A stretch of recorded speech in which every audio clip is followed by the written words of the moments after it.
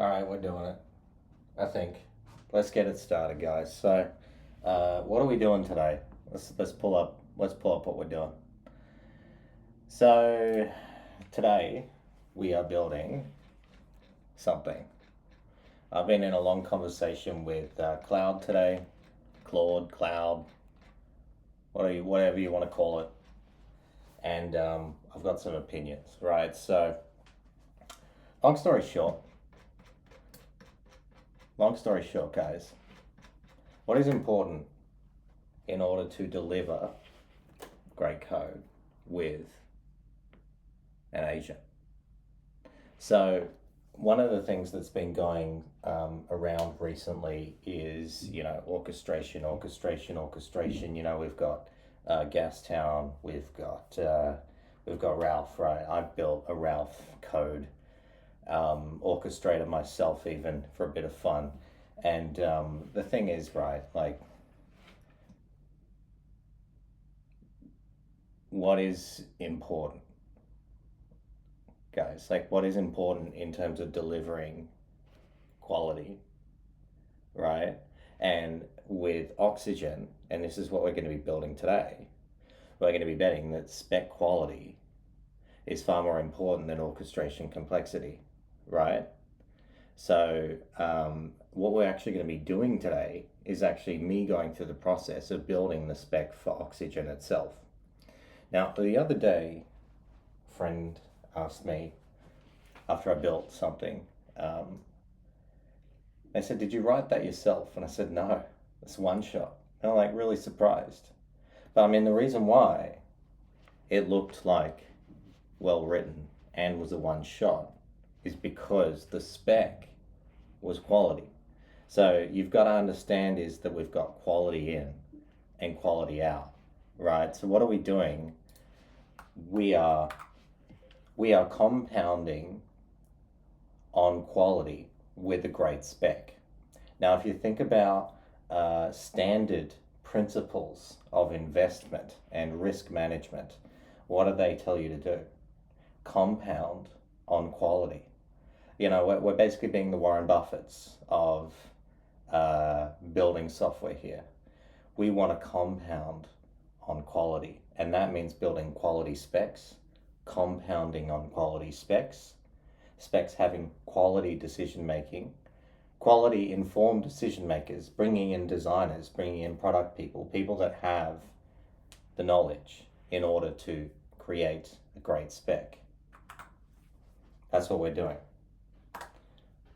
I'm just vibing with Claude today, guys. Let's see what Claude has to say. But that's kind of my point, right?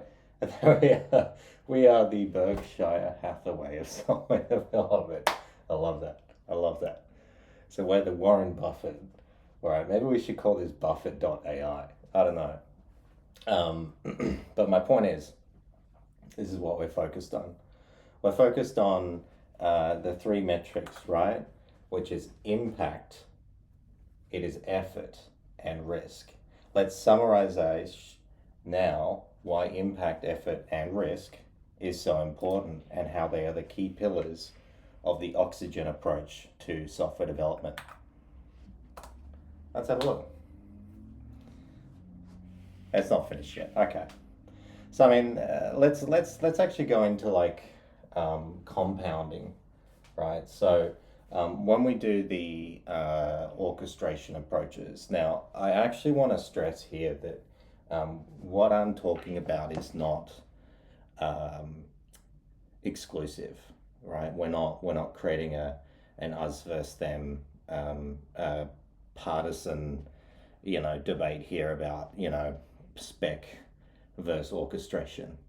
In fact, these things are complementary, right? But what I'm stressing is the importance of a spec, right? I'm stressing the importance of a spec. Why am I stressing the importance of a spec?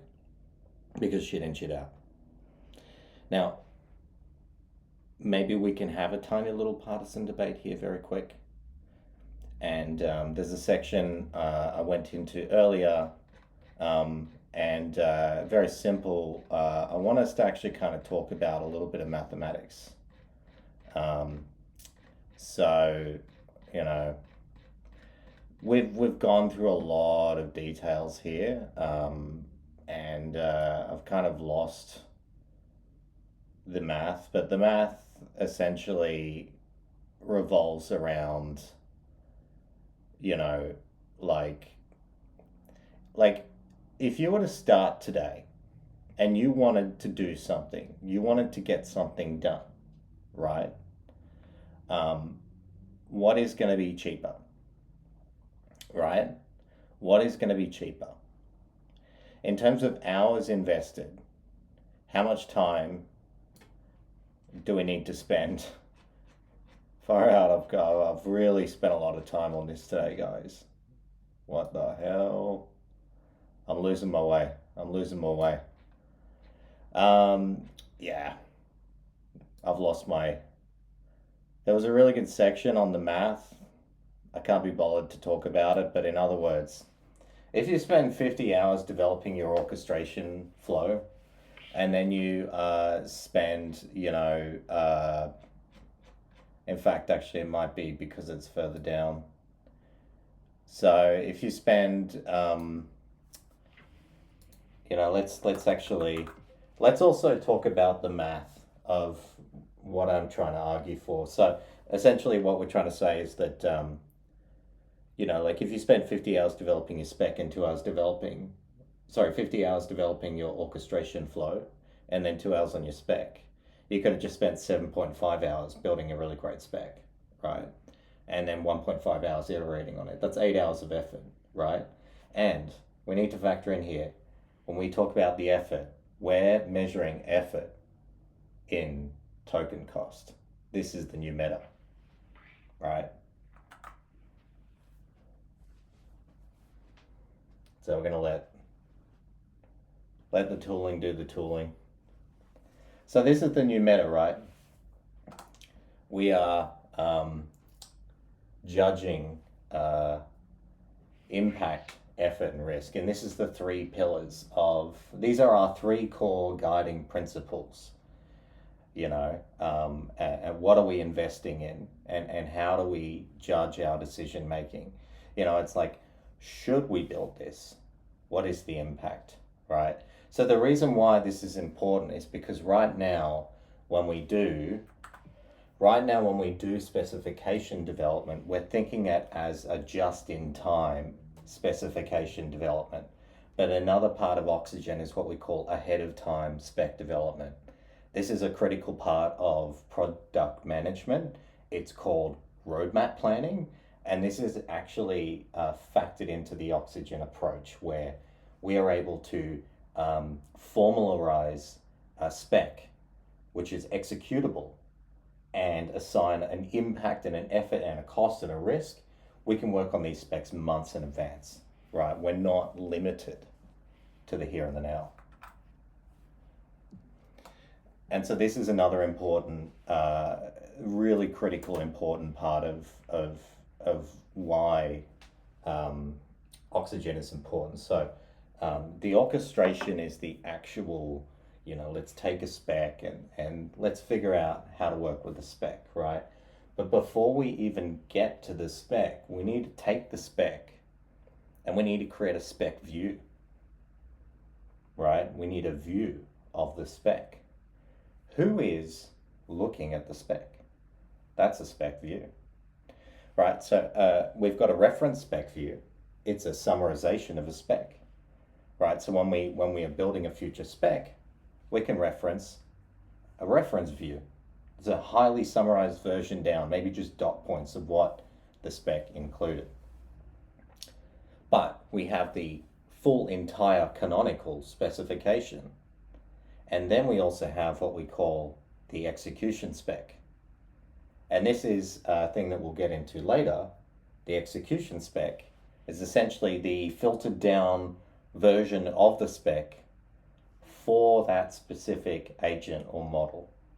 Now, right now, we aren't trying to turn specs into like per agent per model. We're trying to generalize right now. We aren't really getting into that level of detail, but this is the detail that you could get into. The spec, right, also can contain essentially the entire context. So we have these skills and rules, and these could be abstracted away completely. I mean, if a human isn't driving the execution, why do we even need a skill? Why do you need a skill in the CLI? Why do you need it in the code base? Can't this just be a spec artifact? There's just one spec. There's nothing else. It's a simpler model too, because we don't have to deal with differing systems, agent MD, or it's just a spec. Like, it's just context for the agent. That's all it is. It's just context. So we don't need an agent MD. We don't need a skill. We don't need a rule. We need a spec. That's all that we need. And the agent can execute that spec to great precision without any of this other stuff, right? So why is impact important? Impact is important because we need to actually understand, should we build the damn spec? Like, okay, so, I think this is probably one of the first things that we might start doing, right? So maybe in a demo project, you might not really be thinking about this, but in the real world, you really want to kind of understand what's the impact, right? What is the impact? And this is something that we measure in many, many tools, many ways. Atlassian's a company that has products that do this, product tooling. There's other companies that do product tooling, right? And if we actually kind of look at what's the effort, when in the real world, effort might be developer time. Here's the old meta, human developer hours, right?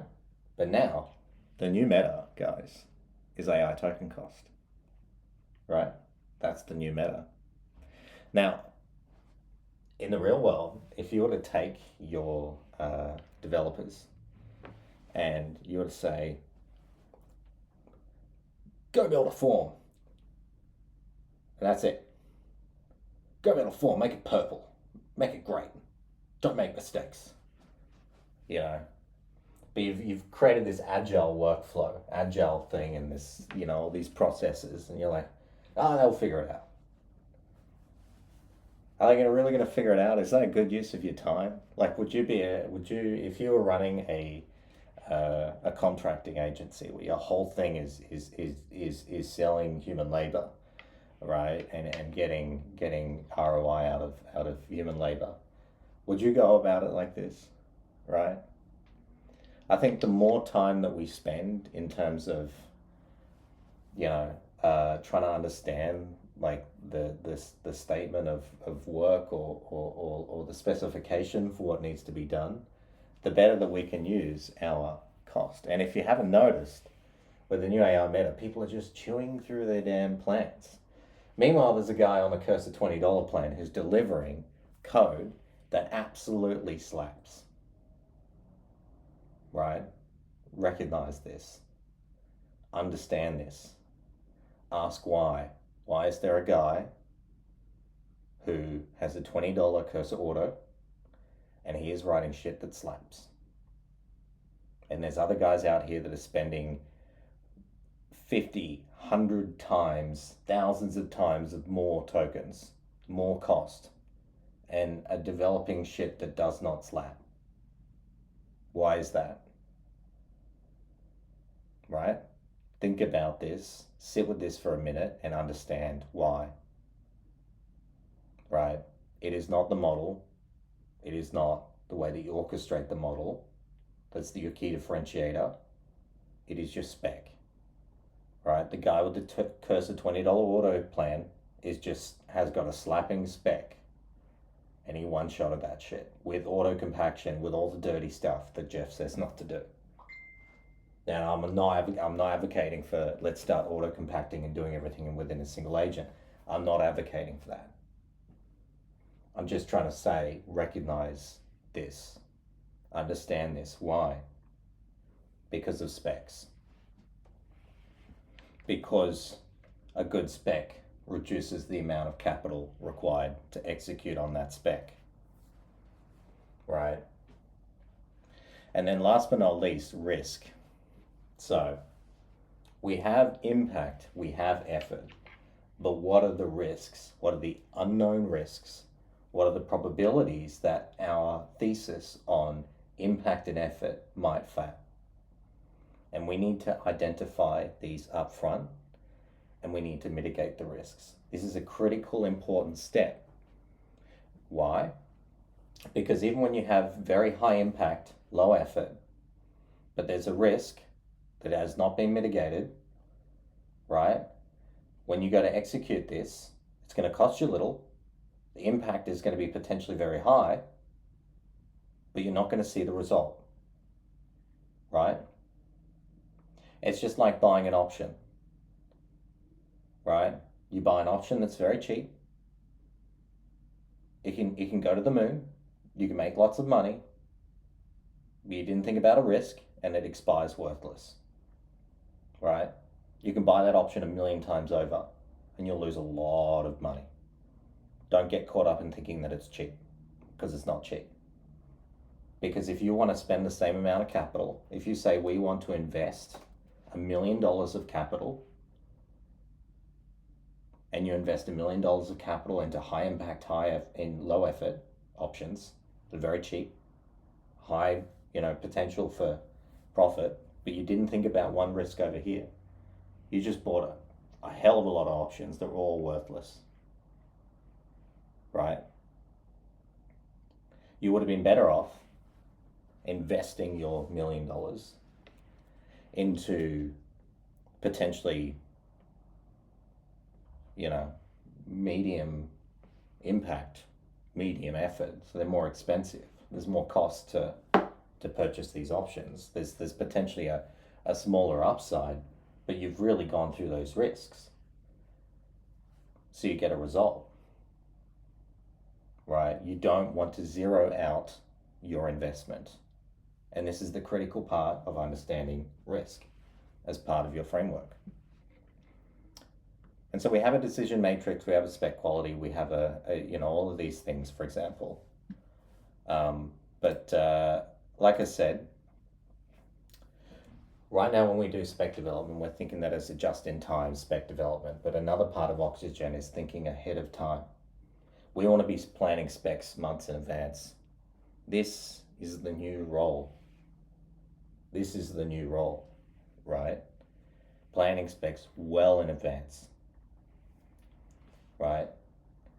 And so these specs can kind of intermingle ahead of time, well ahead of the time of the horizon of what the agent knows and the context of the agent and what the agent is working in. We're working in the future, not in the now. We're working ahead of time. And this is the brilliance of a spec. Specs happen before context hits the agent, right? And so this is the roadmap. Right, this is part of the roadmap, right? So let's actually get into a few more things that I discussed earlier. So as I said, specs are very important. I actually want to kind of take us through a spec I did the other day. And we're going to kind of try to understand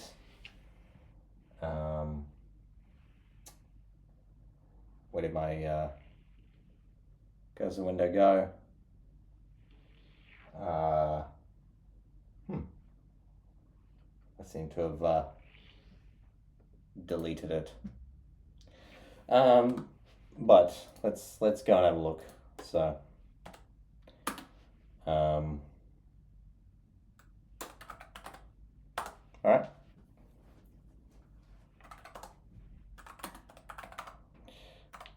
Okay, so we're gonna have a look at something. Alright? That's funny, I'm on a cursor plane in Vim. Alright, so here is a spec. Here is a spec. This spec. This is a pretty detailed spec. It's got quite a lot going on. It's got 1400 lines. It's got a lot of stuff. You know, blah blah blah blah blah. I spent a good 5 hours on this spec maybe. And I mean, it wasn't just like adding more information. It was actually like what precisely needs to go into the spec. And so what I did was I went to the Jeffrey videos that he's talking about Ralph. I went and found code bases. I started getting key points, principles, and just injecting those little bits. We want to keep the spec clean. We want to keep it precise, right? And so that's what I did. And after a while, there was a lot more work I wanted to do. But after a while, we were able to one-shot this. And this is some pretty clean stuff, you know, because we have a working piece of thing. You know, we have, here's our adapters. We've only developed a cursor one so far. But this is reasonably good code to the point where, as I said, some friends of mine had looked at this and said, "Did you write this yourself?" It's pretty clean. This was one shot. No Ralphs. Cursor auto compaction. You know, I just wanted to write the spec and then I hit the build button. I couldn't be bothered to set up a Ralph loop, but go through all the nightmare of that just for this, because I knew the spec was good. And if the spec's good, the agent's going to give me some pretty good results. So let's go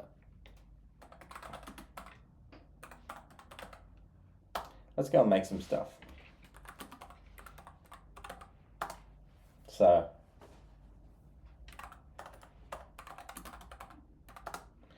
all right, so we got a GitHub repo. We got a GitHub repo. So see if I don't even have. Is it? Will this open cursor? I'm just gonna open VS Code. No, it opens cursor. Cool. All right, cool. All right. So let's start getting into spec-driven development. Let's start developing the spec for Oxygen based on a lot of the things that we've talked about. Okay, so very exciting stuff, guys. All right, let's summarize this entire conversation, pull out all the most important points that we've talked about. I want to start building actually a specification for Oxygen, and so that we should summarize this conversation in a format that ensures that we have captured all of the details of what has been discussed in order for us to take this and start building a spec off it. So we should not have any loss in any important context in this summarization. I'm going to let it do this thing because I'm being lazy here and I don't really want to be creating a video for hours for people to watch. But I think we're going to take this executive summary and we're going to work on it with cursor, guys. We're going to do it dirty. We're going to one shot with cursor, Oxygen. That's what we're going to achieve at the end of this video. We're going to one shot with Oxygen, and we're gonna see what we get here. We're gonna see what we get, right? I'm really excited to see what we get. And so this conversation's been going on for a while, and I think the most important thing, guys, is high level is it's hard to have this conversation in the first place if you don't really have a clue what you're doing. So I think it comes to another principle of investing, guys. Don't invest in things you do not understand. Guys, do not invest in things you do not understand, because you do not understand, and you will open yourself up to risks that you know risks that you don't want to deal with, right? And so we're doing things here. How does this integrate with the CLI? Like, what have we not thought about? What's the user flow, right? What are the direct competitors, right? How do they work, right? What are the hot GitHub things, right? We need to kind of go into this detail. We need to plan, right? We need to actually go through this detail. This is the detail that I've gone through for 2 hours before starting recording this video, right? We need the detail. The plan is not just about the sort of high level things that we've discussed. We need a refinement process. We need a review process. We need ownership of the spec, right? So here we have ownership, accountability. Nicholas Taleb, accountability. All the other guys talk about accountability. Why do we have feature leads in companies? Accountability. Why? You need someone to own the technical implementation. You need someone to own the product. You can't expect an engineer to be going out and speaking to customers every day, right? Right? We need the business logic. Is the business losing money? What are the executives up here thinking? Because maybe the product guy's like, man, if we do this, we'll get heaps more customers. And then the engineering guy's like, well, yeah, here's how we implemented it. But then at the top level of the business, there's some crap going on. I don't know. Something that zeroes this out, says we got to go in another direction. I don't know. So there's a lot of detail we need to cover off, right? A lot of detail. So let's see if, okay. So, right now we're going to be using YAML. I'm not really huge on YAML personally, but I was thinking we could do JSON.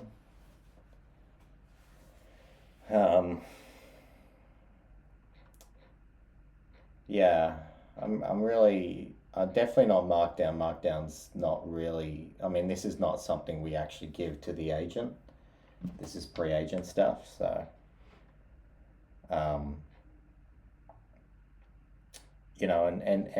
and here's sort of our investment math.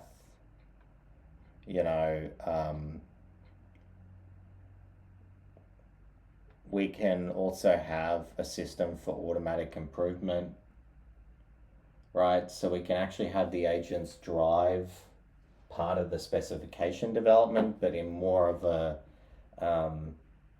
specifier in the loop. I want to make this very I want to really stress this now. So we're not really talking about human in the loop when we talk about auto improvement, or human in the loop generally when we talk about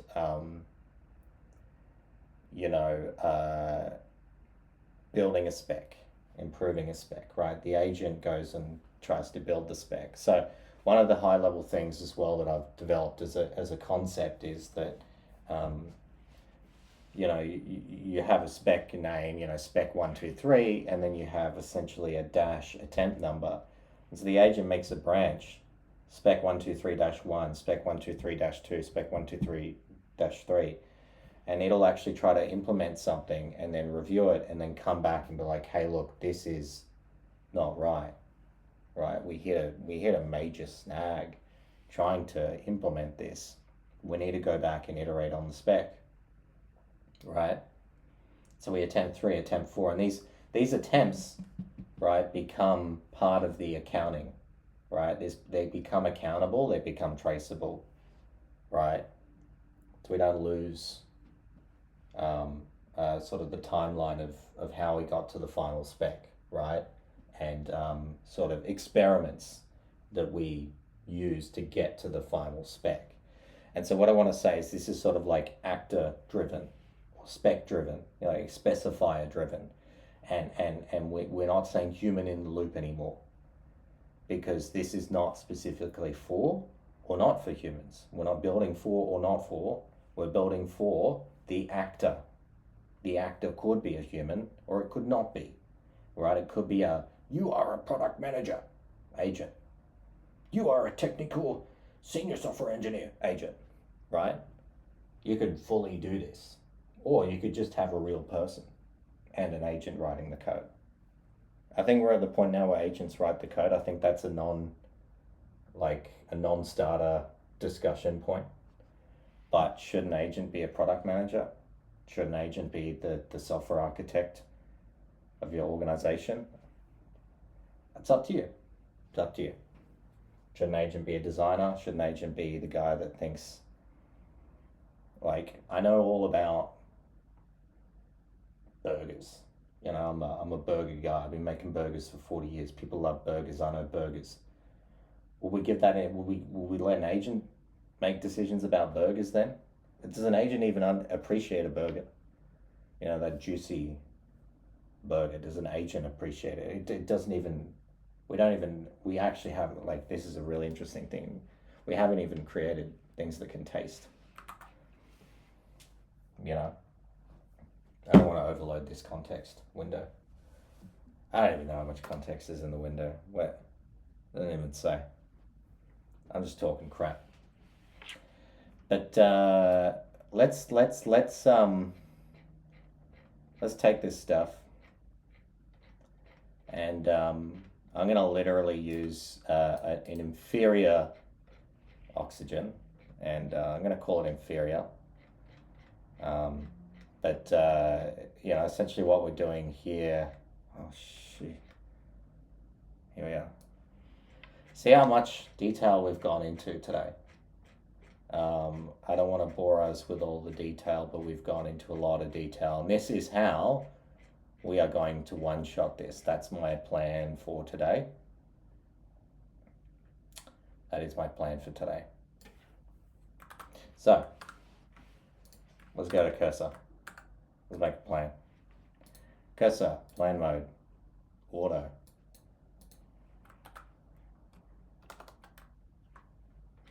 At the very top, I'm just going to say, let's start formalizing the below into a plan. Okay, cool. This is exciting. I'm also, like, actually not even sure what language we're going to build this in. Like, I'm actually thinking, like, how does this actually work at this point? Like, I mean, actually, like, you know, it's saying a bunch of YAML stuff. You know, cool. I mean, this is something as well that will be a part of Oxygen. It's just a small part of the workflow, the whole point. So we want to build the full system. And I'm gonna write this with TypeScript. I know TypeScript. Right? Let's just leave it at that for now. While I'm doing this, I'm going to go to my other agent, Claude, and we're gonna start talking about you know, what we just talked about. So, you know, traceability is a really important part of Oxygen. You know, the old model assumes a human is a spec creator, but as I said, an actor could be anyone, right? And we also have this accounting system, so we have spec accounting, and you can actually see the cost of attempts. And so this allows us to also later on improve workflow with real back-tested data, guys. We can actually say this process of developing a spec led to X amount of attempts and wasted cost, right? If we were to go back, we can backtest on this. Can we get to the same outcome with less attempts? How do we improve the spec development process? right? So we need this accountability and traceability of cost, right? Because then we can't back test our investment. We're thinking about this like the Berkshire Hathaway, the Berkshire Hathaway of um, building software, right? We want to invest in quality. We want to compound quality, right? It's about spec quality over orchestration complexity. Don't get me wrong, orchestration's a really great thing. You know, orchestration's a really great thing. Those high frequency trading guys, they make a lot of money. They do. Don't get me wrong. But so does Berkshire Hathaway, right?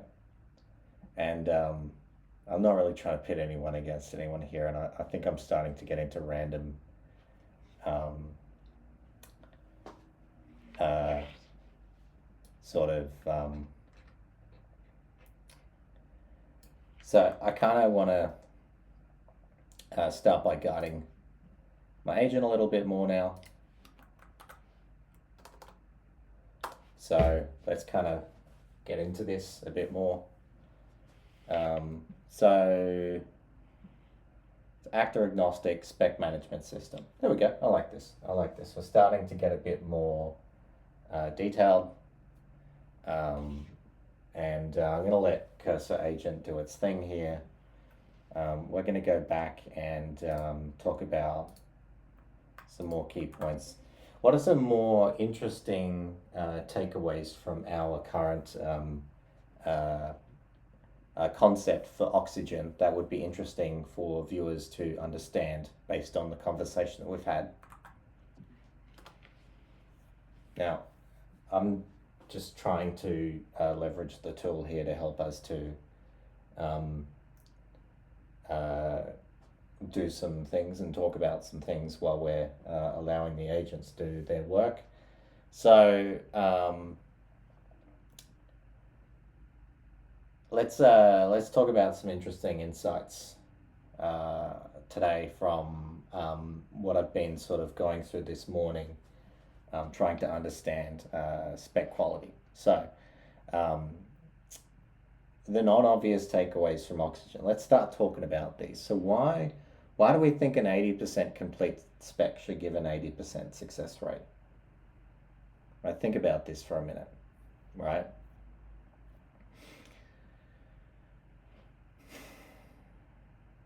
Why? Now, there's an insight. I want to talk about something that happened to Jeff, the Ralph guy, right, with the Gen Z language that is building Cursed. So he mentioned that for months and months and months he kept rebuilding Cursed over and over again, and he couldn't figure out why. He started to blame the model, started to think, why is this happening? And then he realized that he'd specified in the spec that and not should use the same namespace. Now, obviously, if you know anything about logic, and not are not the same thing. And these are critical building blocks of programming languages. So, what ended up happening? It didn't work. Now, how complete? Let's say his spec was huge, right, specifying everything, but he made one little tiny detail. That's a 99% complete spec there, guys. Why didn't he get 99% of the result? Because there was 1% that was just critically wrong, right? And this is the same concept of investing. You can analyze and do all kinds of things, but if you miss one critical detail and you allocate your capital incorrectly, you lose it all, right? So 80% is not good enough, right? 80% spec quality, 80% complete spec is not an 80% result. You cannot equate the two here. They just don't add up. An 80% complete spec could be a 0% result. It's not indicating anything. Of course, when we're building something, right, that is trivial, when we are building trivial things, hey, Claude, make me a snake game, right? That is like a 0% spec. Make me a snake game. What kind of spec is that, guys? That's a terrible spec. There's no, you didn't even say what color should the snake be. How many tiles should be in the game? You know, but it's going to work. You're going to get a snake game because it's a trivial thing to build. But when we're trying to build non-trivial things, the things where there is edge, right? We are traders here. We are investors. We are people in business. We are trying in the capitalist world of what we exist in. We are trying to do things with our time to bring in a little bit of capital, right? To bring in a little bit of benefit. We are investing our money. We are investing our time. We are investing our time and our money on non-trivial things because these are the things that create outsized impact. Doing trivial things all day, making snake games all day is easy. Anyone can do that. You want to make a new cool tool that's non-trivial, it's going to be non-trivial because it's new and cool. Right? There is sort of a give and take here. Don't get me wrong. You can't just do completely non-trivial things. You know, you can't start speaking in gobbledygook and creating a religion that is of your own that doesn't exist and just going crazy like you've got literal just going crazy. You can't just go crazy. There's a level of craziness that's too crazy, right? But my point is, building non-trivial things requires more spec quality. So the less trivial something is, the more quality, the less quality. So the more trivial something is, the less quality your spec needs. For example, build me a snake game is a very low quality spec. It is effectively not even 0% of the spec of a snake game, realistically. You're going to get a very high quality output. But when it comes to building something very non-trivial, something new, something edgy, something where there's a great potential for making a return on your investment of your time and capital, right? That is where you require a very high quality, complete spec. So there is a relationship here. Trivialness requires low spec. Non-trivialness requires high spec. And we are searching for what? Edge. Edge is in the non-trivial, not in the trivial. That's what we need to learn. Edge is in the trivial.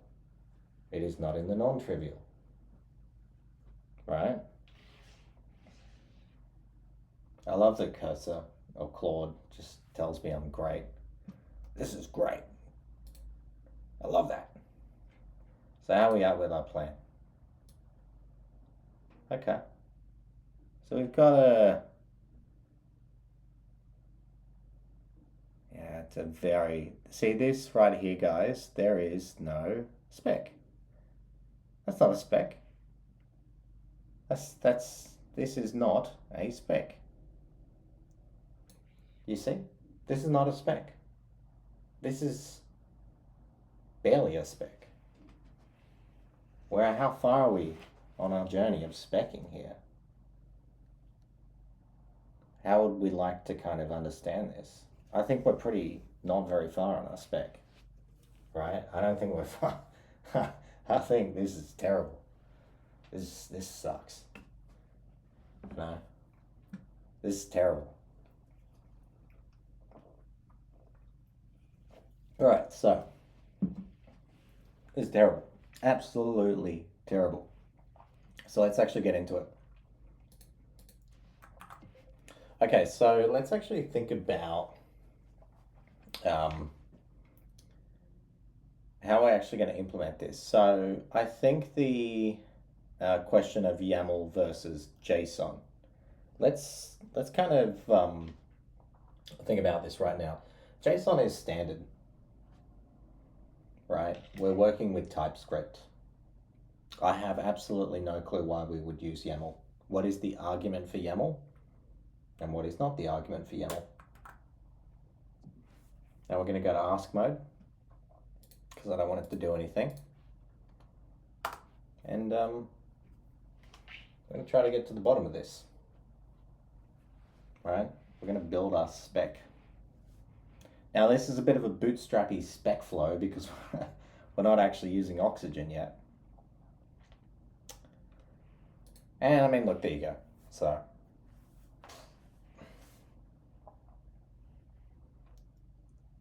yeah, I mean, I would have used JSON too. Again, guys, this is why we need. So who am I? I'm the technical guy now. I'm wearing many hats today. I'm wearing one hat, but I'm wearing many hats. I'm the technical guy right now. And my technical insight says TypeScript, JSON, it's JavaScript object notation. Why would we not use this? I mean, maybe we're building something with Golang, but we're not. I thought about using Golang and I decided no. Okay, we're going to use JSON. Let's update the plan. Right? Boom. Clarified. Improved. Plan better spec'd. Okay? So, why does oxygen exist? All right, the fundamental insight. All right? Record everything that we've had here as an insight to a markdown file. Every single detail of this conversation to a markdown file. In fact, actually, you know what I'm going to do? I'm going to do the right thing here. I think there is a way to export a conversation, I believe.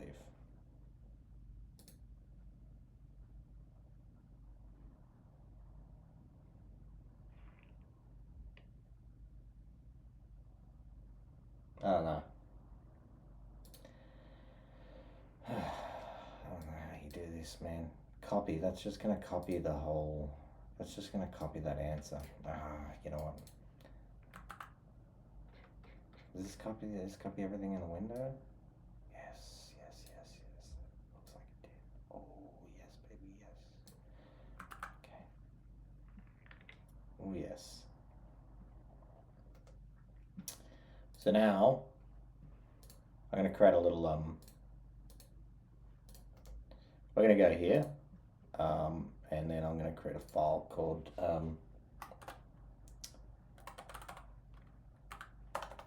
well, I'm just going to create a little folder called, this is just a really crude way of backing things up. Okay.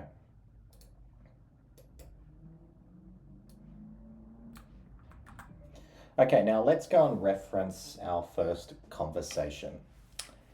The critical thing here that I'm noticing in the current spec is that it's very high level, and this is fine, but one of the insights from our conversations is that we are building a non-trivial piece of software here. And when a piece of software is non-trivial, the equation, our investment equation, suggests that we need to create a very detailed and precise spec due to the non-trivialness of what we're trying to build. So, when I have a look in this current spec that we've developed, while it does look pretty good, I'm actually not seeing the actual detail on how the implementation will work. What libraries will we use, for example, to build the CLI? How will we ensure that it has a good user experience? What is the actual user flow, right? And how are we going to scaffold out the code base, for example, right? These are things that aren't currently clarified, and I need to make sure that they are clarified, because if we don't properly clarify them, the agent will not be able to implement this to the level of detail that we require for Oxygen to be immediately usable with a single shot.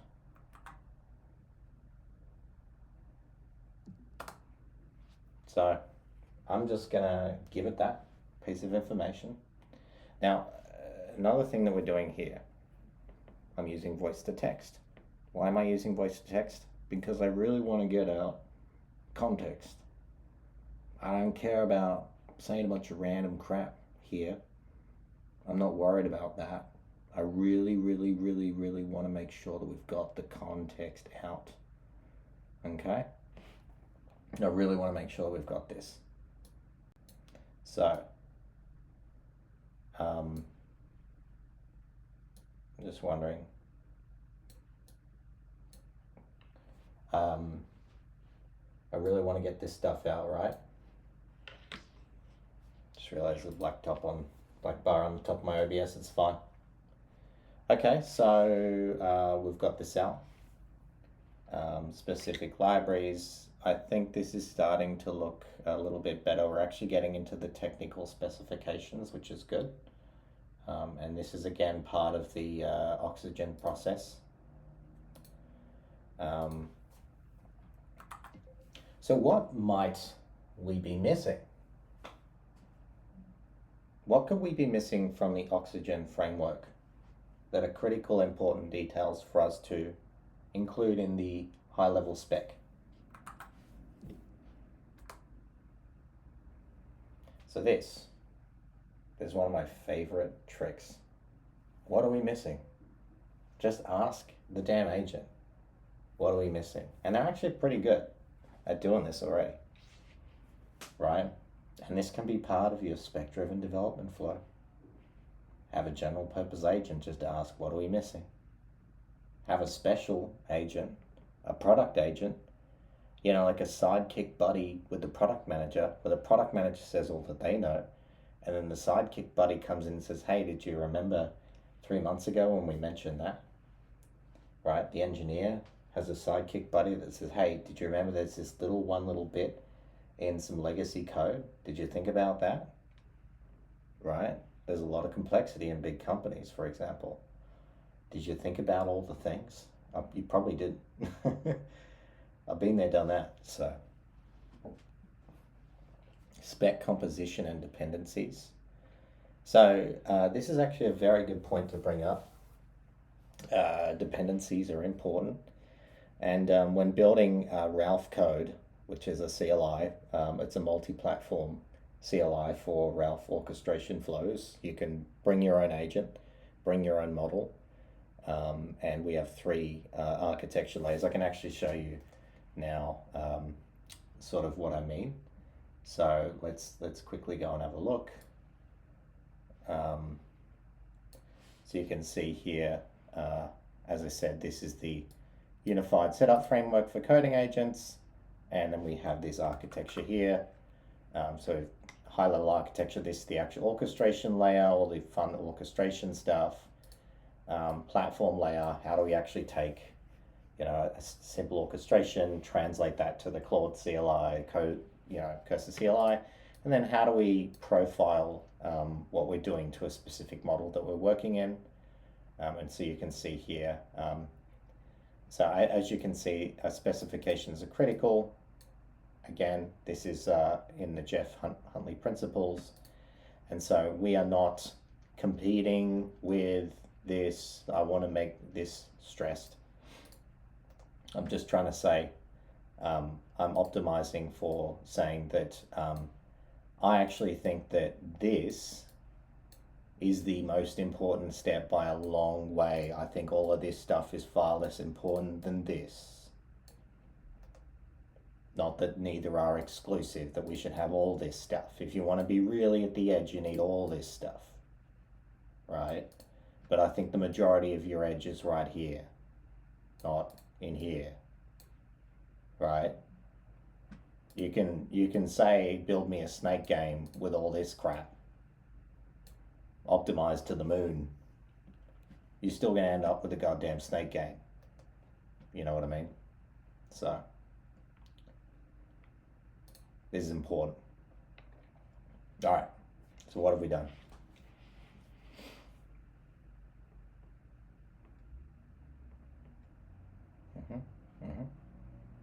All right. Step-by-step flows.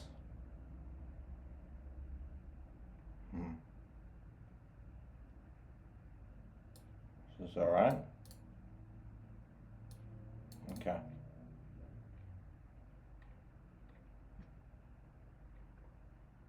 Okay.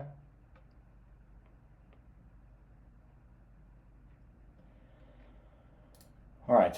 So what I'm going to do here, this is a really neat trick as well, referencing source code. So I am going to ask it to reference some source code. Can we go and have a look at the Lucid agents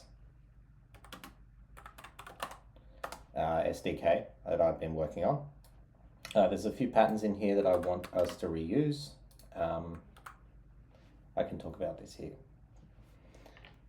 Now, for example, the important details, and just in terms of like setup, I want us to have a similar monorepo structure with packages for the CLI, etc., and the core. I also want us to have the prettier config. We can just take the same prettier config. We can take the same ESLint config. Yeah, we don't have to use bun for this. I don't think it's important. I'd rather us to use PNPM. To set up PNPM, we can actually reference some other code bases on our system. Let's look at how we set up PNPM with the workspaces, etc. But we should adopt a monorepo to manage the packages here.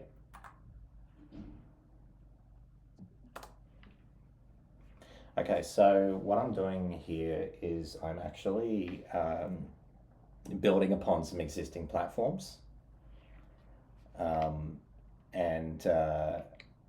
The existing patterns are important because what we want is essentially to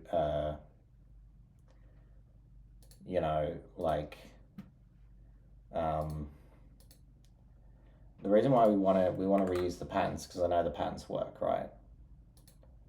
And that's what's important, right? And I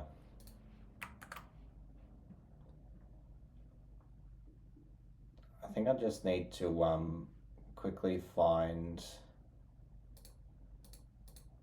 yeah, here we are. So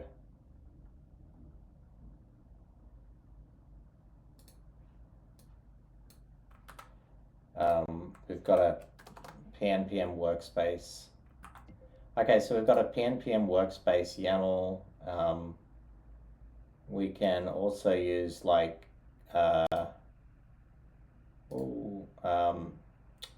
we can also use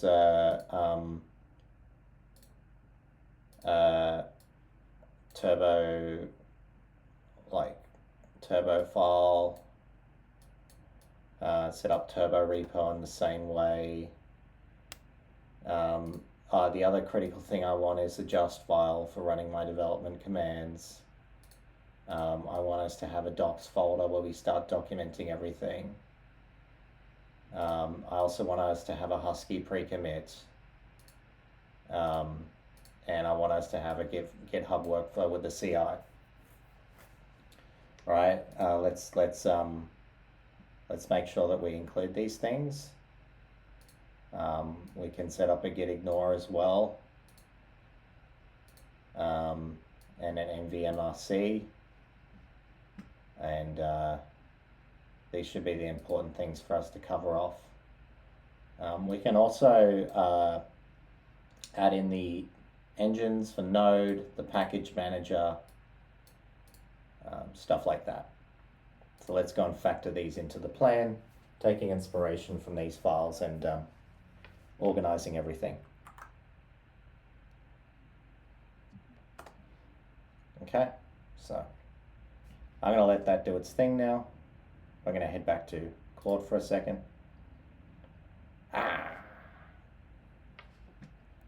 All right. So what are the gaps that we're speccing? So we have all the must-haves according to this. Debt tracking, learning and transfer patterns, post-implementation, evolution, spec composition.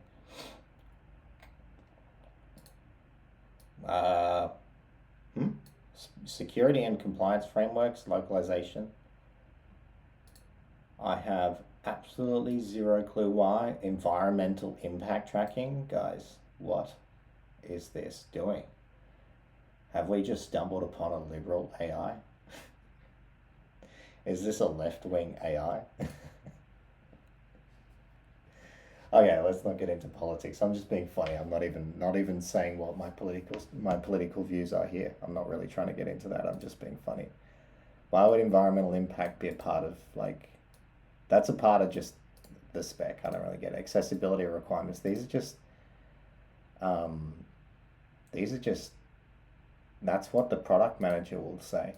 We need to worry about this stuff. Like, if it doesn't cost money to the business, it ain't a part of the spec. Ain't a part of the spec. Yeah, so let's go and have a look. Spec discovery and search. This is cool. Okay, cost control and circuit breakers. This is a cool idea too. I think this could be a later optimization. What I might actually do is I might actually take these ideas,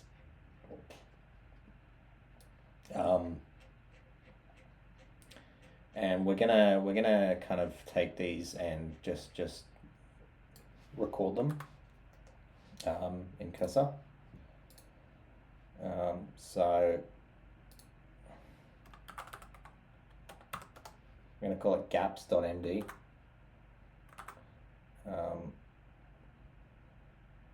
Yeah, I'm just going to create a new folder called refinements.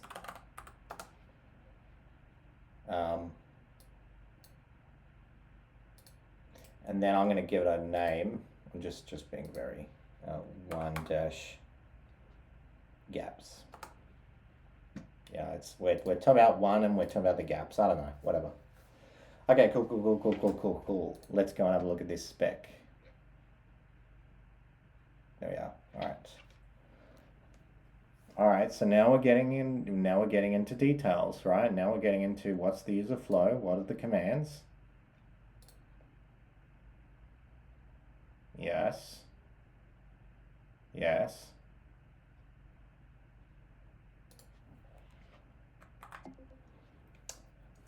I want us to clarify the view generation system here. While that we have some standardized built-in views, which is the full execution and reference view, there can also be custom views. This is more of a roadmap item, and so we could probably kind of make a note of roadmap items here that might not need to be done in this first pass, but this is a roadmap item.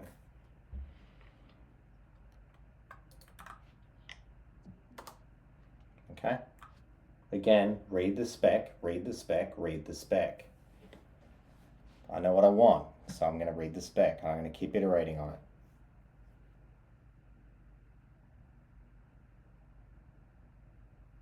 Yeah, completeness linter looks good.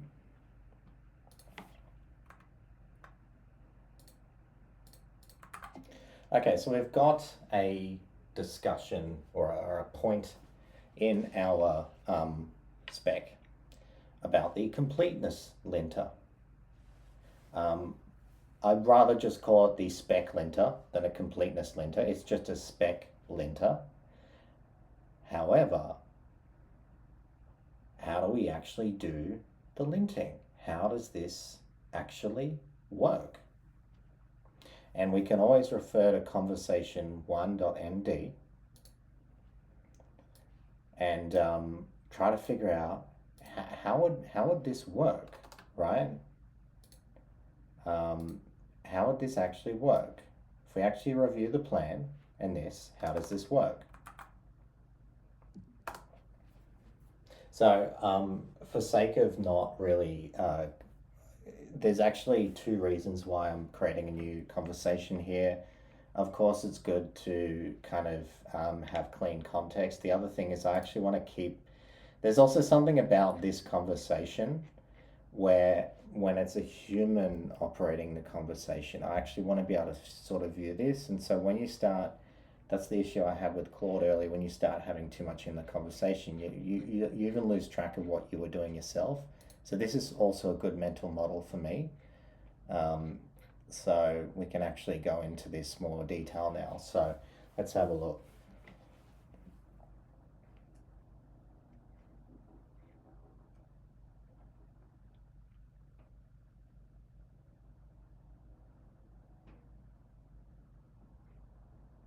Yeah.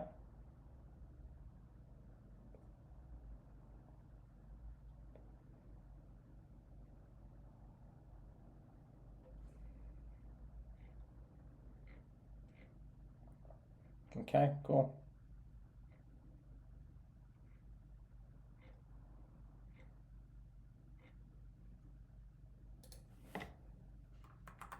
Yeah, look, I think this is good. But how's it actually going to be implemented in terms of TypeScript code? What libraries could we use? Like, if we were to lint your response right there with the information I just gave you, how can we refine your response so that we actually get to the detail of implementation required? The other thing is part of this is that it is a linter, and like any other linter, you can have custom rules. We have a set of recommended rules that are baked in that can be you can remove or keep if you want, and then you can have all your own custom rules. So let's let it go through this again. All right, so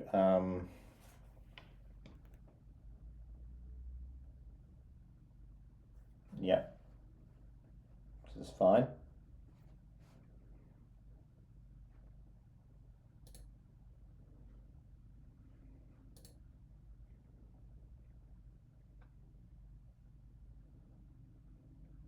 Yeah.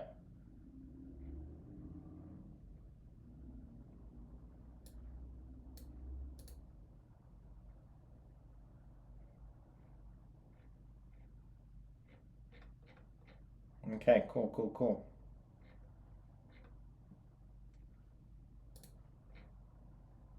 Wait, what?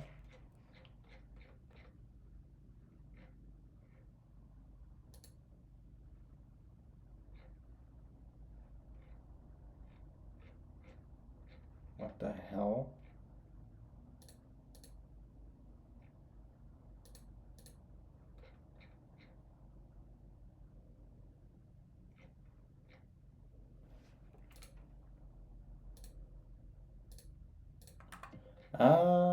Something has gone wrong and our entire plan was overwritten.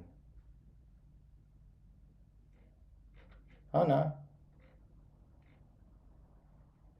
Somehow our plan got overwritten. This is so weird. Now it just says view generation system.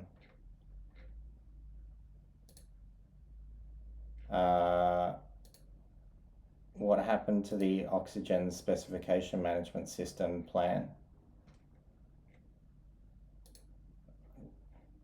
Of course this would happen when I record. This has actually never happened to me before.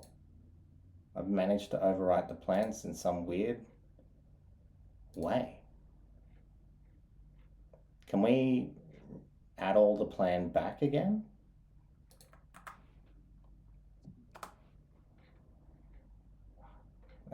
that's super annoying. This is the most important thing to not lose track of.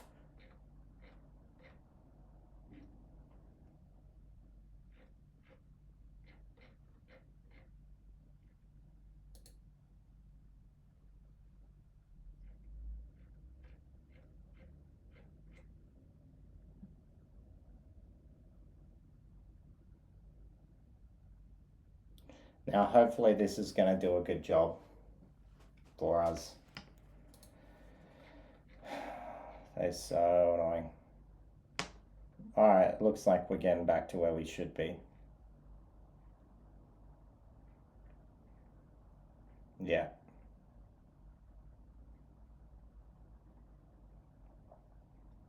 Yeah.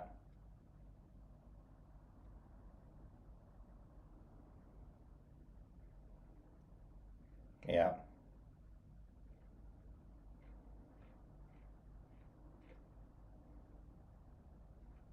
Okay, let it just keep iterating now. Alright.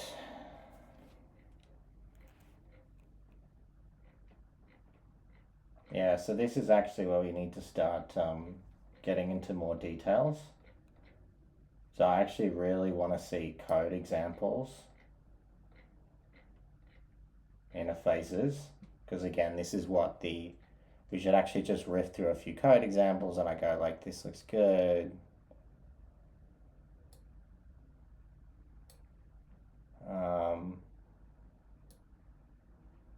Yeah, this all looks pretty good. Cosme config, I don't know what that is, but I guess that's fine. Configuration file loading, okay. Yes, here we are, we're getting back to it. NVMRC20, should be 22. Okay. Again, this is why it's good to be able to inline edit a spec.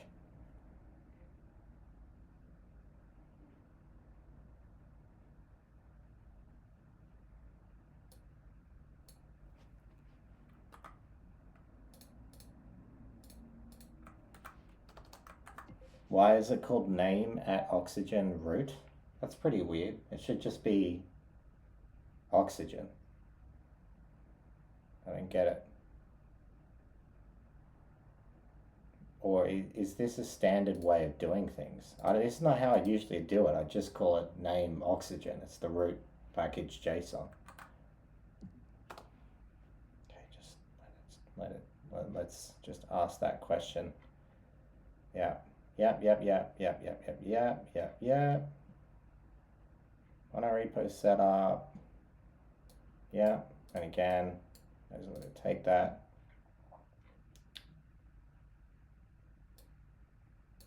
Yeah.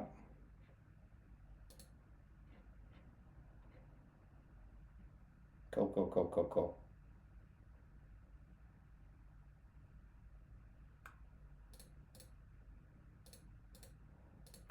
Yeah, so the root name should just be oxygen. Yep, update the plan.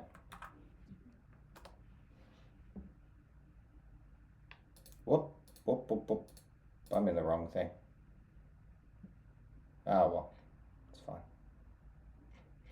Hopefully it's just going to update that one little bit. Cool.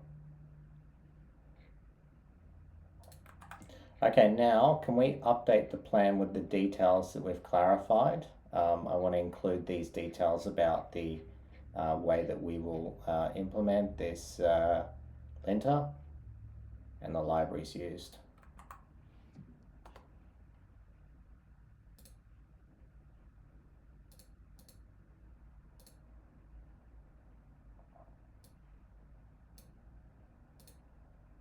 Okay, so what we're going to do now is we're going to go back to ARS mode. Hey, so can we analyze this specification, right? I think it's important that we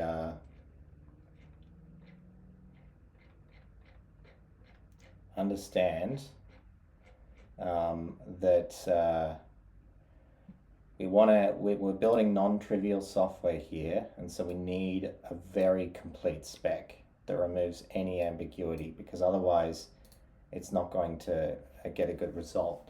So I want us to analyze this plan and look at areas where we can clarify with more detail. There's lots of things that I'm concerned about. For example, the import and export formats are not defined, right? Where it's not even defined how we integrate with Taskmaster.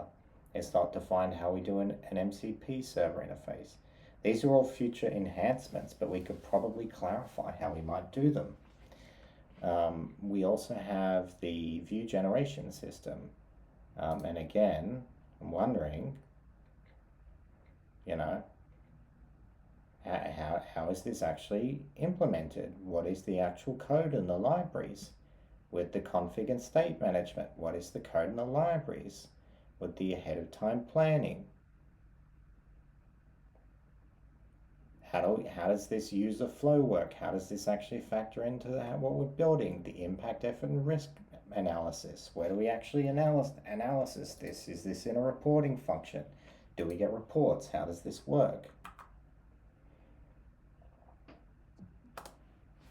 The reason why I sort of want to go through this, I'm obviously going to spec this, I'm specking this, but I want us to kind of go through now sort of like what, you know, is important and yeah, I think this is important. So yeah, let's, oh, I just freaked out for a sec. I just freaked out, guys. I just freaked out so hard because I don't stream. I'm currently blocked. I'm blocked from streaming unless I pay $100, and I don't really feel like doing that. Or YouTube is like, you gotta wait 24 hours. So I'm recording this with OBS, and I was like, did I turn on my mic? I did, I think. All right, so let's go back and review. All right. Yes. Import and export formats.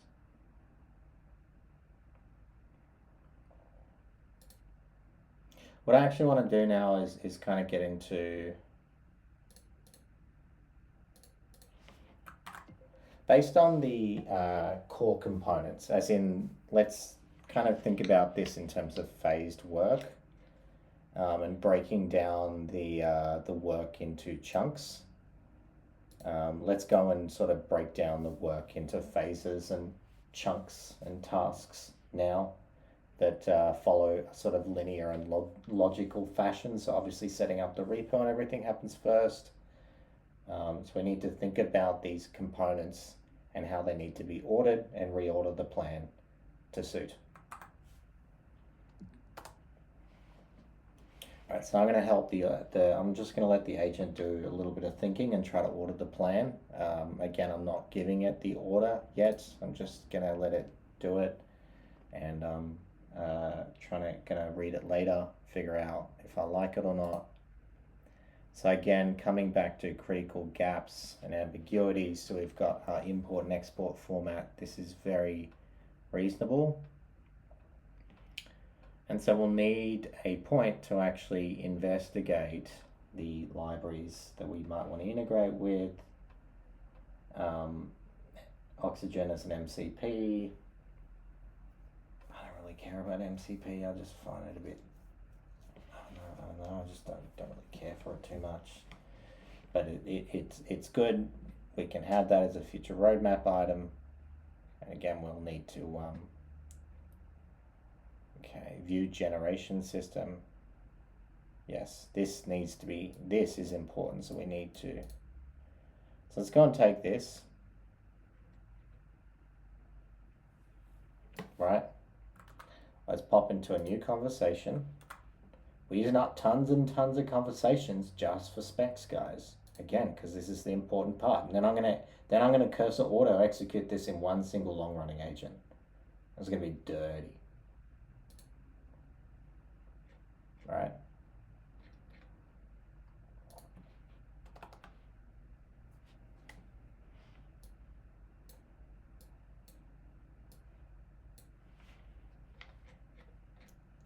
What are you doing? Get in there. What are you doing? Okay, so we have our plan here. I want us to start considering updating the plan. But before that, implementation details. Let's actually describe how the views should be built. Right? So one of the things in here is, you know, nested field handling, conditional logic, token estimation, caching strategy, storage system, diffing algorithm, how public APIs identified, what defines shared field only, event extraction rules. Okay.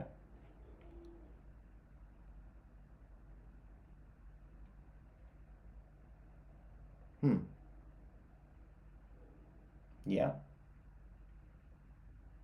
So let's kind of have a discussion through these points and start factoring this into the plan.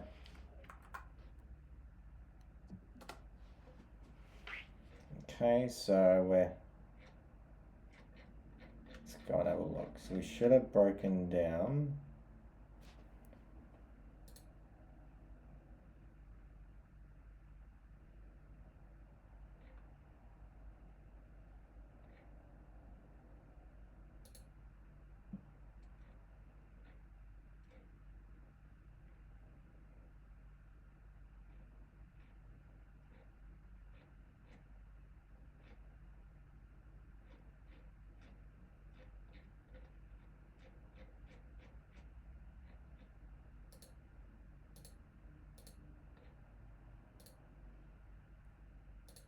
Am I just tripping out, or is this like getting cut off?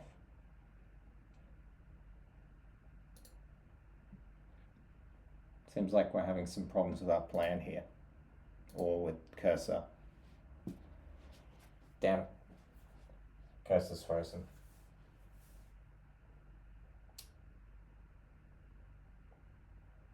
I'm not having a good day today, guys. I usually don't have these problems, but this is fine. I think I'm just, whoa, what did I do? I closed cursor. Whoops. That's fine. We're going to open a new window.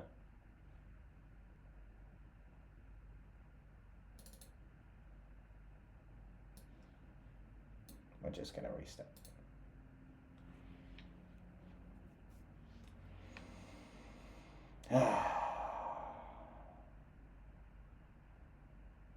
It's going to be a bit frozen now for a sec. I recently got a new computer, but I'm on my old computer still.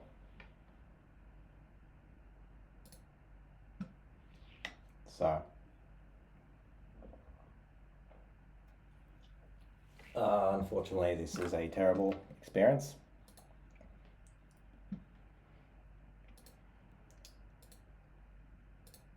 Oh.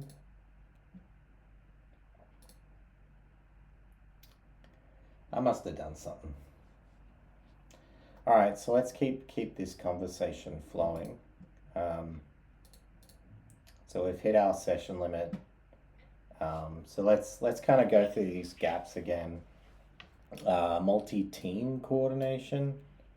Again, this is where we're heading. This is a very interesting area, as well as technical debt tracking.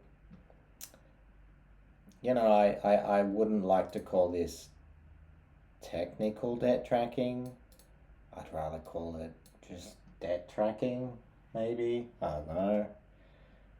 Maybe generalize it somehow. What I'm going to do is quit cursor. Just quit the whole cursor. Seems to be just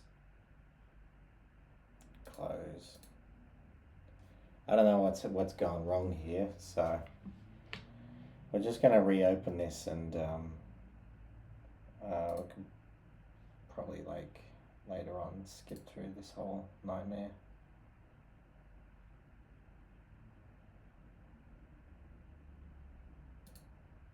I mean, it's basically I've overloaded the chat in Cursor and it's freezing up, which is super annoying.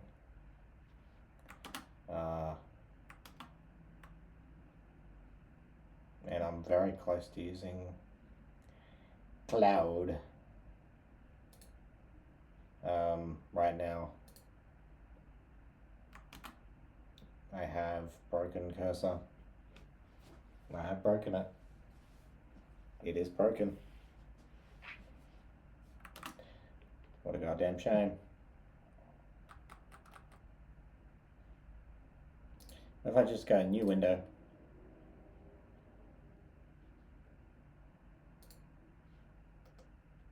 Won't even open a new window anymore.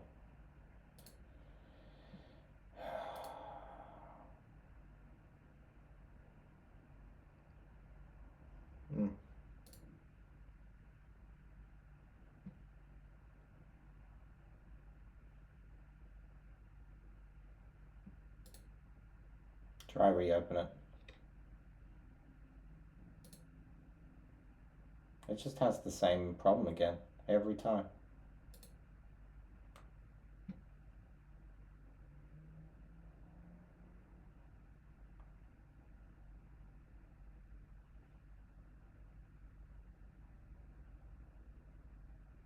Let me try reopen, but I won't restore the editor. And that's our issue. It's something to do with the editor. Okay, cool.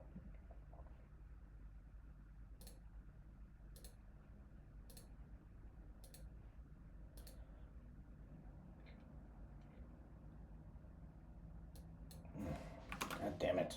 All right, let me...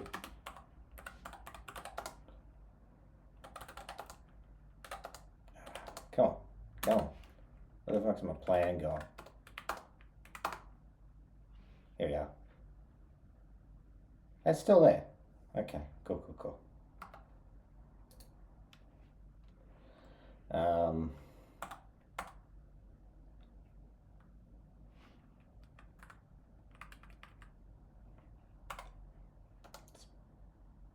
don't know. It's still there. Okay.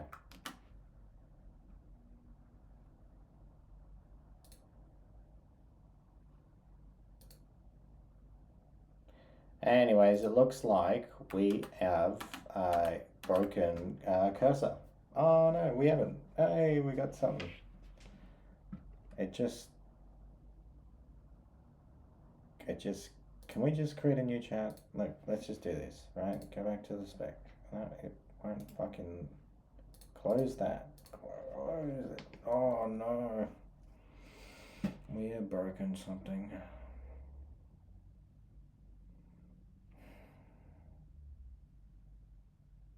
Alright, just close this. I'm just gonna...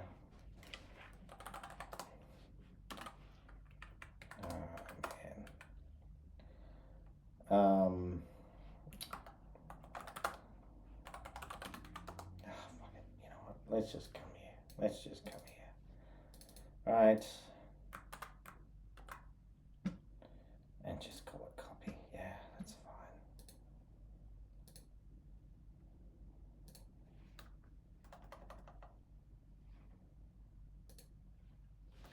Let's get another fucking number or something. I don't know. Is this gonna work?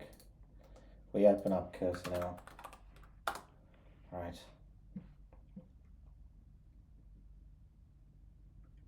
And what I'm going to do...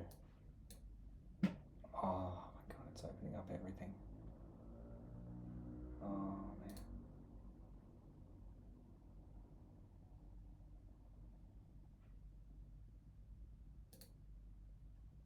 See, everything's like fine. It's the plan that's crashing cursor. You know? Okay. Okay, let's review the plan that we have and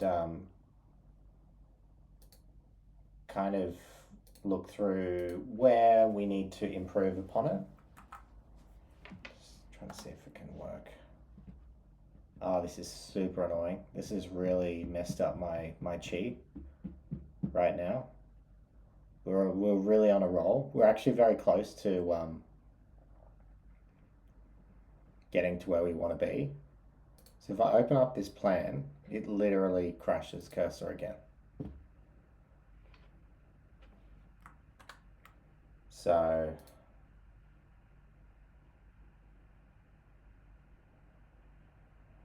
I just don't get it. The plan is crashing cursor.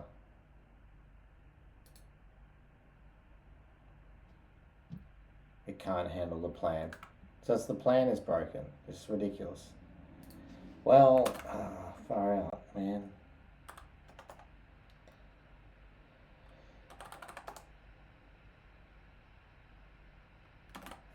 What I'm going to do,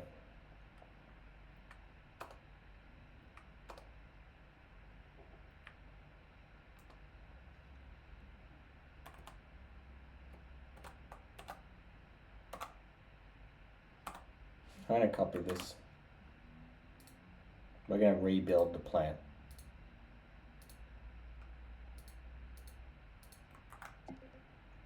Can you build the plan? I provide it to you. Can you create a plan based on everything below? Let's see if this can work.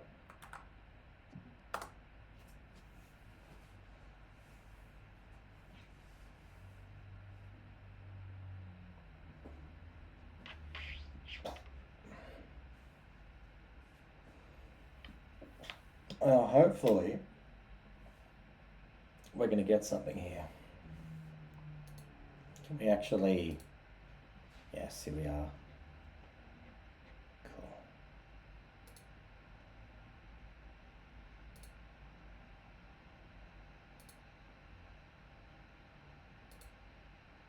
Yes.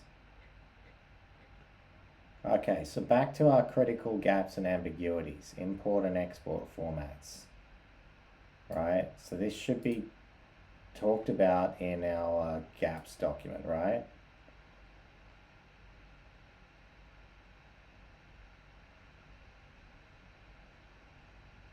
Yes.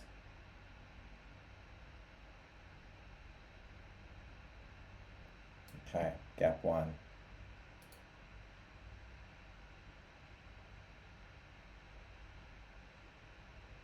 This is good, yeah. Okay.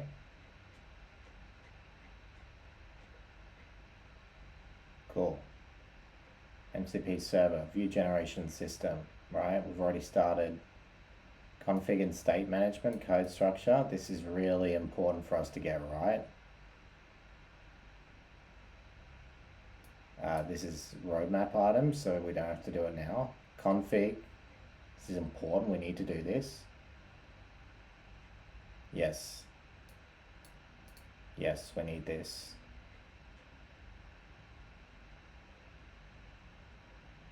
Yes, end-to-end flow.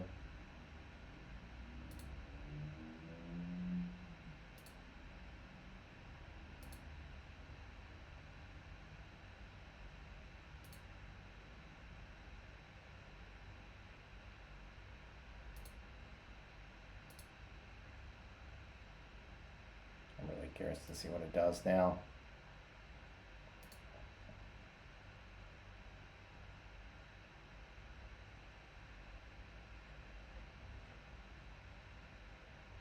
Okay, so we've got a new.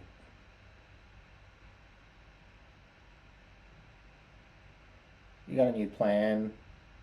And actually I'm happy because it's now actually writing the plan a bit with a bit more structure as to the actual phases and what should come first.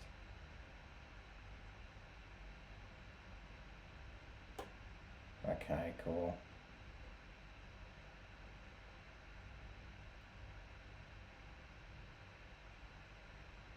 Yeah.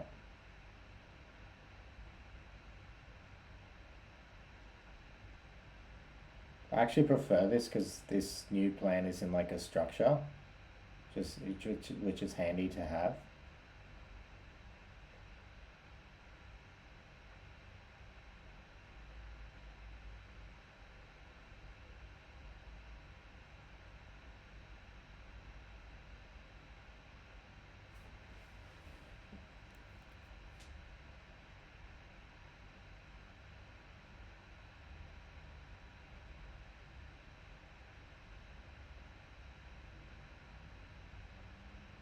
Yeah.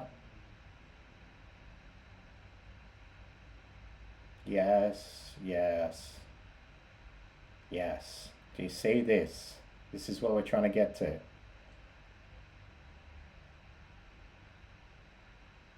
Roadmap items, yes. Right, we don't have to have it in this plan for now, but I want us to document that. This is good. Okay.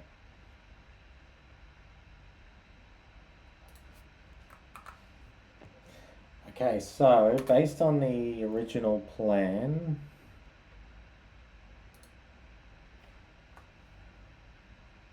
I would like us to kind of just make a markdown file with, so do we have the rule configuration in here with the spec linter and the scoring system and how we can do custom rules and the implementation architecture? I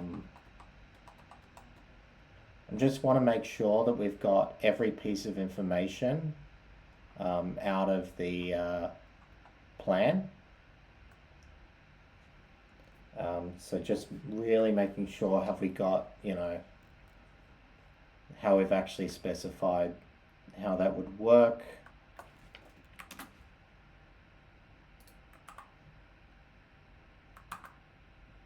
Okay, now every now and again this happens, Super Whisper freezes as well.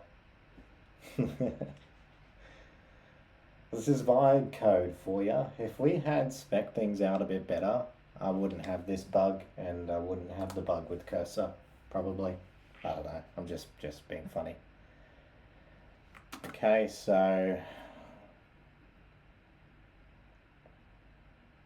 the roadmap items don't need to be included. Binary repo structure, yes, that should be in there.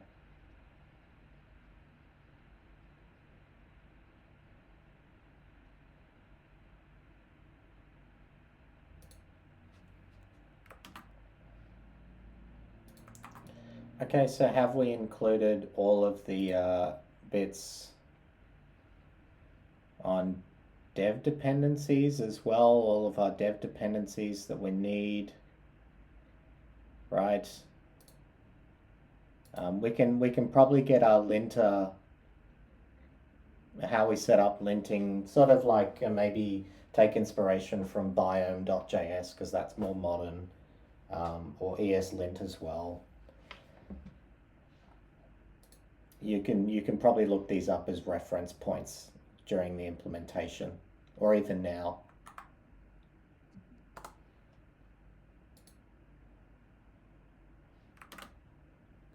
Okay, so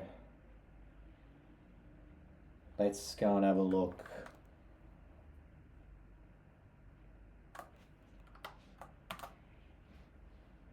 Yes. Yes. Oh yeah, I just thought this was super funny because of Ralph, but like this has been my NeoVim. This is what I've been staring at every time I open a code editor for the last at least probably 5 years. It would be super iconic if that was Ralph and not Homer.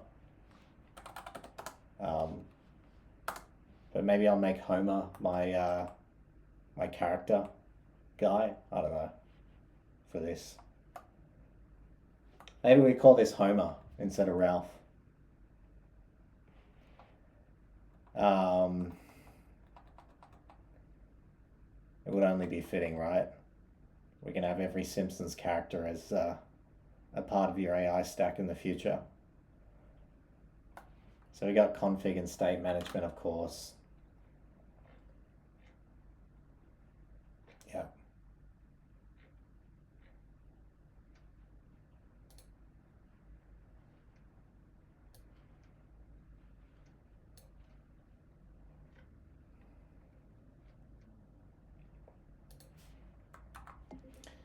Yep, let's go with flat config. And yeah, we're still using the ESLint config and prettier config from the just you can just look at the Lucid Agents repo because that's just one that I did recently. And then we've also got all the reference links to the Turbo repo and everything from other repos on my computer as well in there. So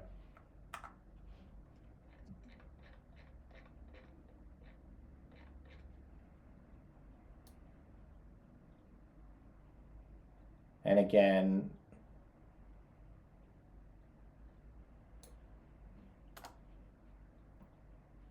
cool. All right.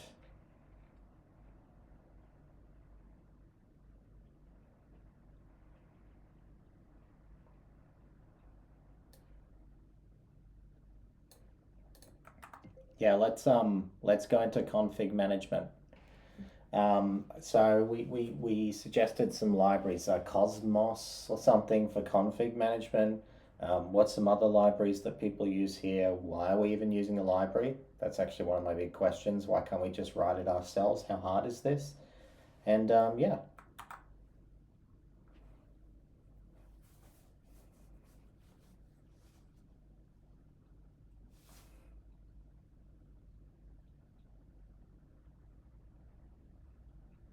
It's a refinement loop. I think we're getting a bit in. I don't really want to get too much into the weeds of certain things, so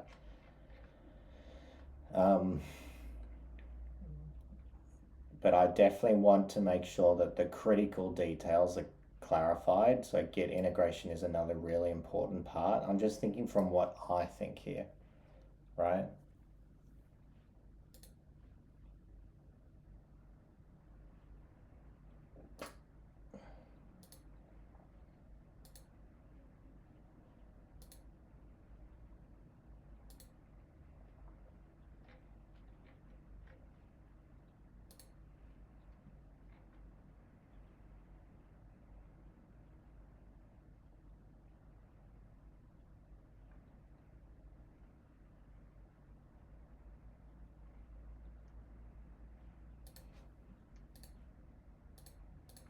Yes, this is great.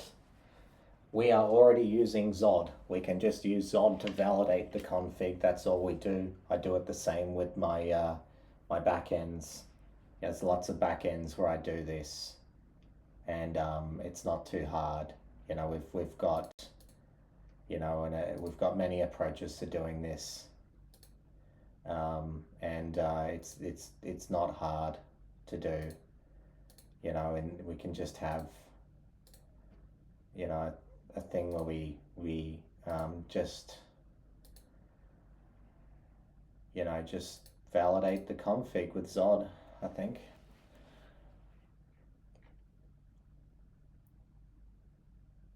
Yeah, I don't think we need a library here. Yep.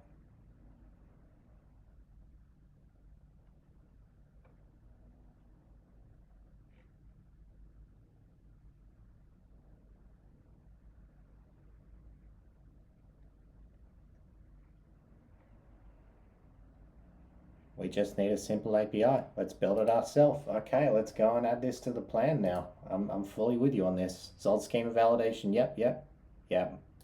Yes. Yes. Yep, let's draft the full config manager implementation code in the plan. Done. All right, guys, this is looking good. So again, we're spending hours here developing a spec. Just seeing this come to life right here, right now. Okay. I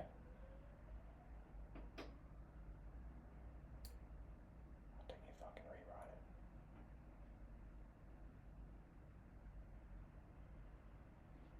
What?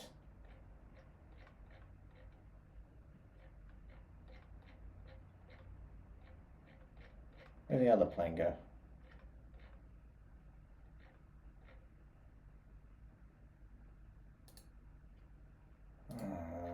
Oh, this again.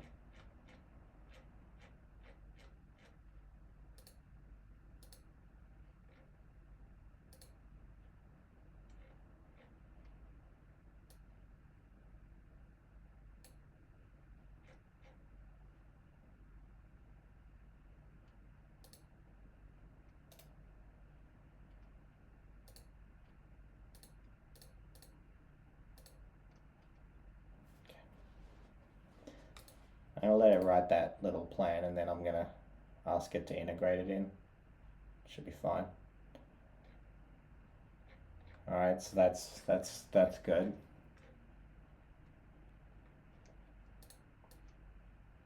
Okay, get integration.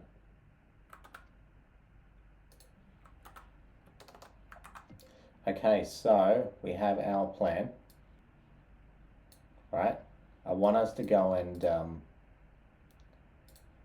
review the Git stuff.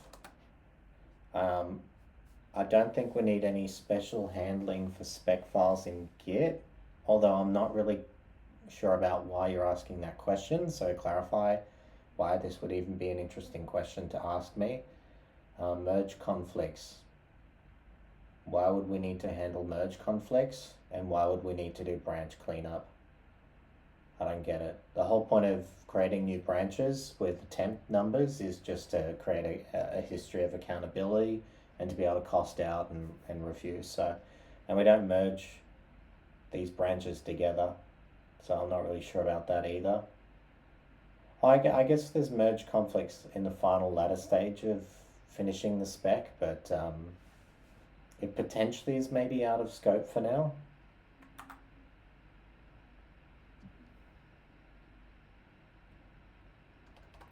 I mean, these are basically cost blowouts that happen after spec, right? Maybe they can be tracked somewhere, but these are effectively like a merge conflict is a cost blowout. It's not really the fault of a spec.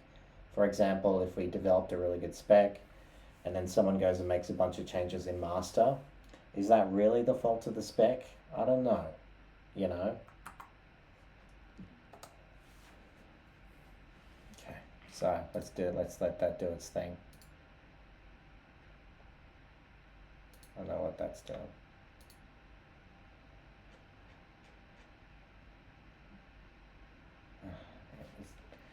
It's doing that plan now too. So we've got multiple plans going on. We're going to pull them all together and then we're going to one-shot this, hopefully. It's probably going to say, I've finished this. And I have to click the build button a bunch of times, but it'll be fine. It's not that bad. I'll just walk away for an hour and come back. Yeah. Yeah. Yeah.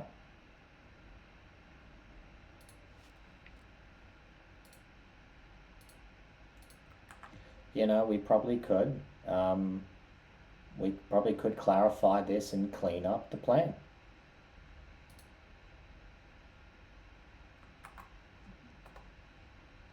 Cool. Another thing clarified. This is again why we ask the agent to clarify things, right? So let's go back. This is still doing its thing. I really want to come back to here. Let's see. What are we? Okay, so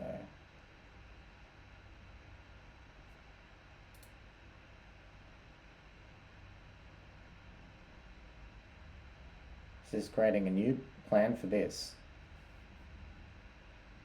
which is fine. I'll just let it do that for now. It's just a bit of a bug. It's probably my fault I'm not using cursor right, but that's fine. I'd rather us keep track of all the plans. So, alright, let's let that continue to, this is still writing the plan, I believe. There's a lot in this plan, which is good. Good. We've given it the opportunity to kind of really get into, see this, detail. That's what we need in the plan, right? Better to do it now than later. Much easier to figure out problems in your design in the spec phase than in the implementation phase. I'll tell you that. If you've ever written code, you'd know this. Okay, so having a look. Go back up.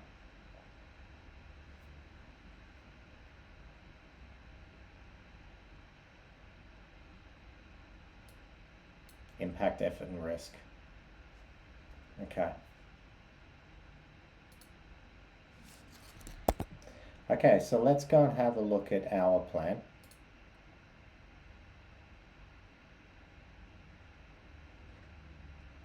You know, because, and what I want us to understand in this plan, have we clarified how the impact, effort, and risk calculations work?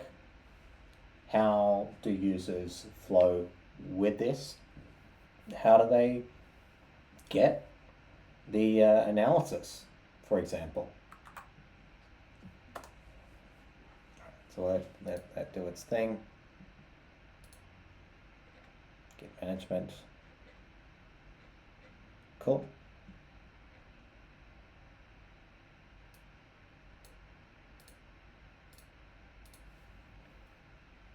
So this is fine, but can we actually go and clarify the original plan with these points on the Git clarification? Can you actually just go and update the original plan with these new things?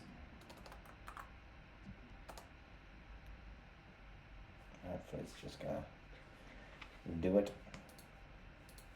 Oh no, I froze cursor by clicking on the broken plan. Oh, god damn it. This is what happens with cursor, man. The plan breaks and it just...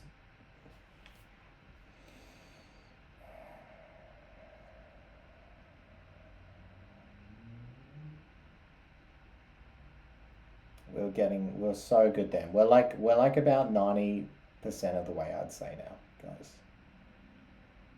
We're about 90% of the way. This process is just a bit dirty. You've just got to figure it out as you go. You know?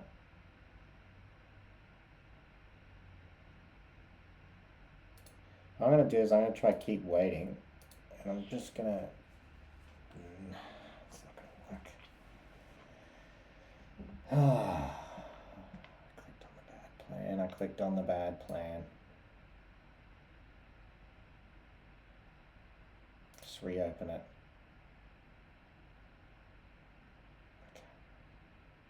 We're back.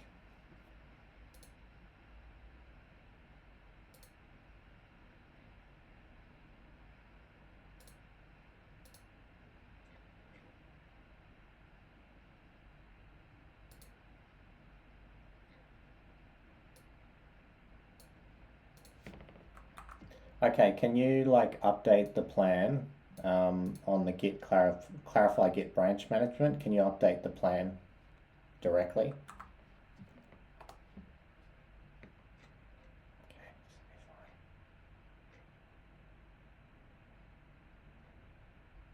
this will be fine. This will be fine.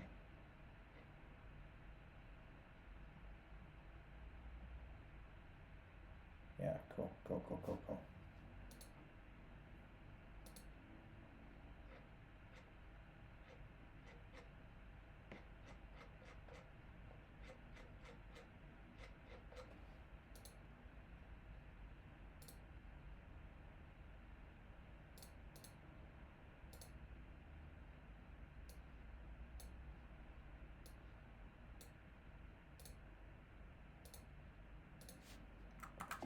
Okay, so this is good. Can you actually sort of maybe update the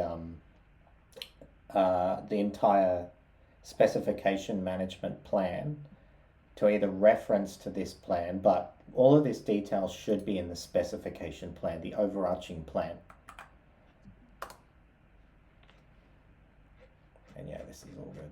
This is all good. The config's going to be an important part to make sure that we get right first pass, so cool. Nice. This is looking good. This is looking meaty. Yes. There's so much more detail I should probably go into here, guys. I'm starting to get to the point where I feel like hitting that build button. This is just because I am lazy, like any other good engineer.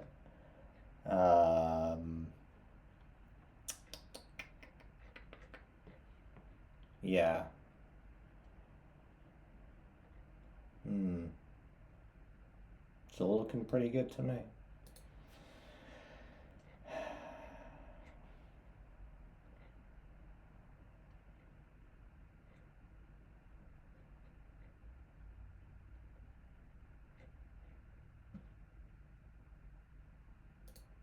Round line 228. Ah, it'd be great if you gave me goddamn line numbers in the editor, man.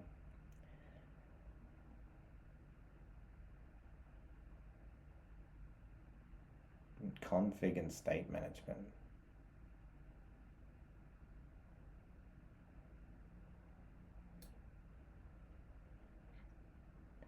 You know what I'm actually going to do?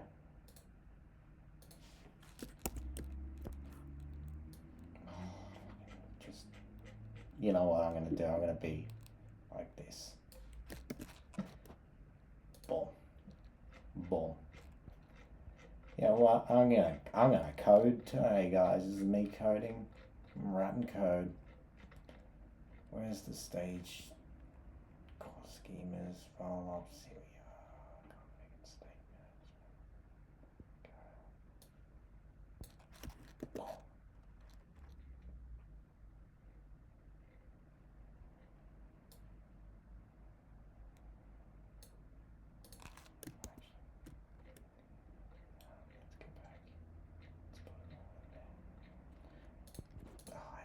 I'm on the ask mode. Go and make all the changes to the main plan now to add all of this stuff in. Whatever. Alright, so let's just, hopefully that's not going to break anything. Yes.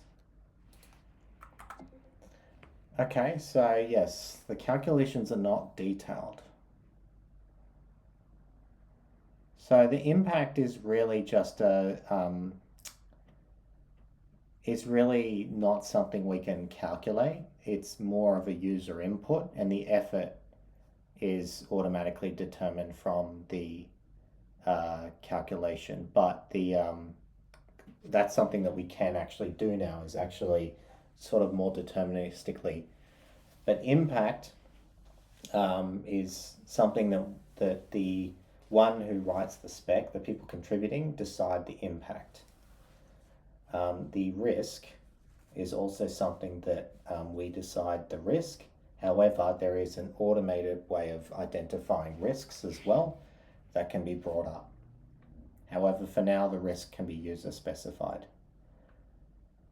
And so the typical user journey is that they init, they generate, they create a spec, they start writing, they view the spec, they lint the spec, they refine the spec based on some results from an agent and a review from an agent.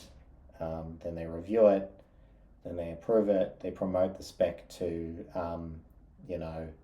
executed or, finalized, as in the spec's done, and the implementation's done. And then we can also look at road mapping optimization as a more add-on utility where we've got specs, a lot of specs ahead of time, and we can sort of automatically optimize the roadmap based on the specs and what we should work on first. The user should run each command just depending on where the flow of the journey of building the specs are. So we're going to go away, come back, go away, come back, run the commands depending on certain things. And the way to get the analysis is, yes, we need oxygen analyze command, and we need a workflow that exposes it. So let's start asking and clarifying these details now.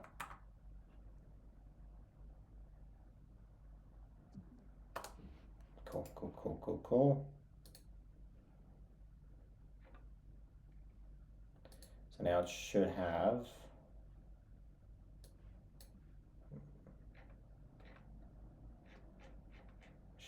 yes. See, this is the detail that we need. This is the detail that you need in the spec again. Yes. Now I think the pass is fine. I'm just gonna vibe code this. This is vibe coding, guys. This is vibe coding.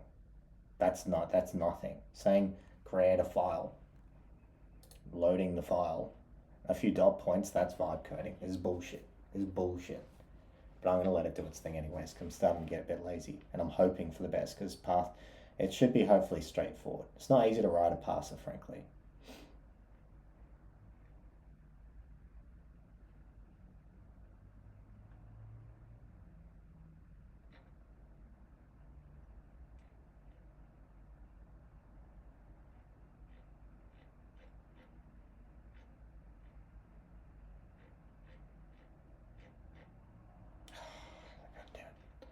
Goddamn plan's broken again, man. Yes.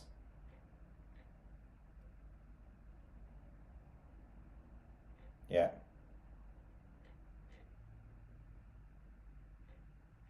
Yeah. Okay. Okay. All right. Okay. What am I little?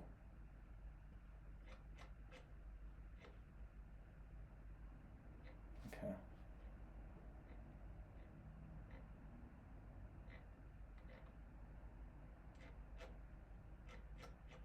Where did my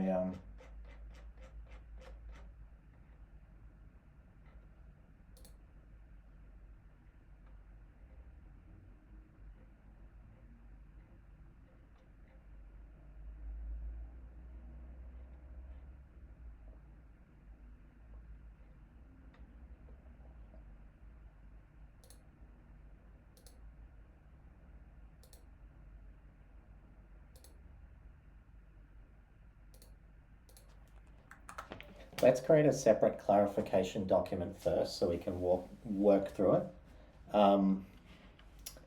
But we do want to also add these details into phase 9 and 10. And how are we actually going to implement this? Like how are we actually going to implement this? What's the code going to look like? Okay, so I'm starting to get a bit discombobulated, guys. There's a lot.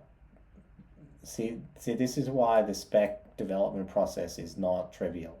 There is a lot in here. There is a lot in here, and this is a first pass. I'd rather just not be like, yeah, I'll create a monorepo and then blah, blah. Like, let's actually think about things. So we don't have to keep moving things around constantly, and we don't start using a library and then unuse the library and then realize the library is not very good. Like we ask the questions up front. Do we need this stuff? Okay, so I think, honestly, we're starting to get to the point where we're getting somewhere. So it's made this document, but I can't see it here.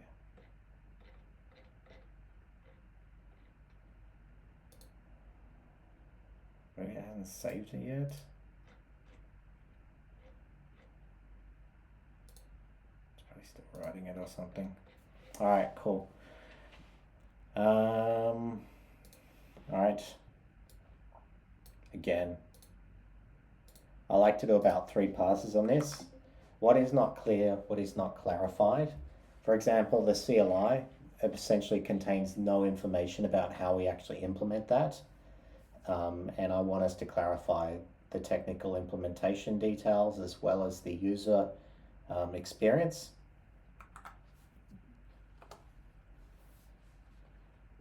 Okay. And then I'm going to be able to have the time to approve it.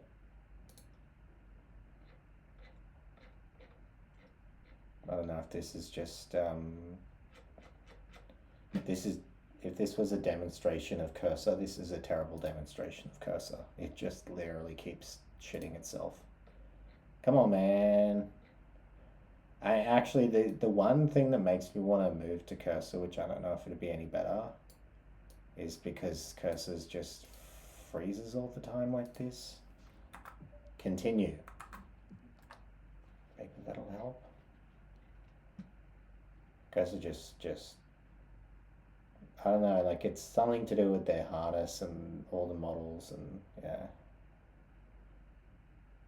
Now it's Okay.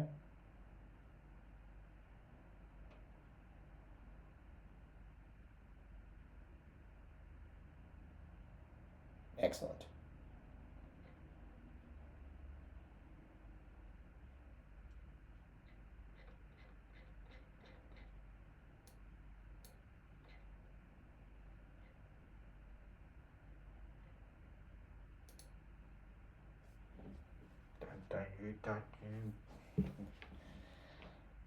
But we have broken cursor again. Jesus. Man.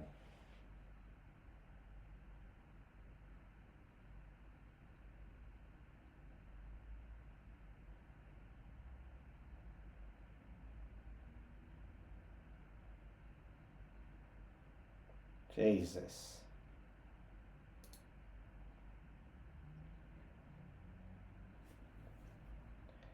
Let's just give this some time.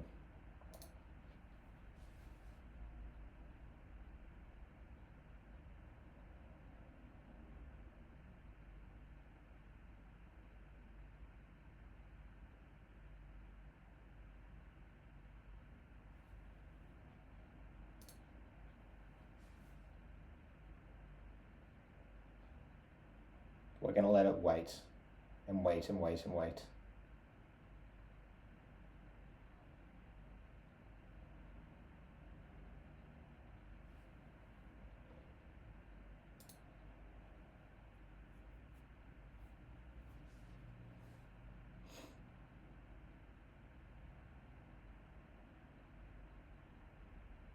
I think we've broken the plan again.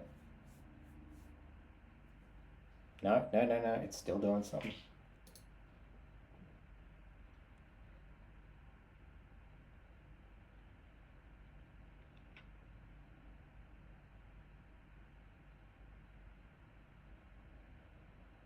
It's really just struggling. Just gonna keep waiting for now. Hopefully, I don't know.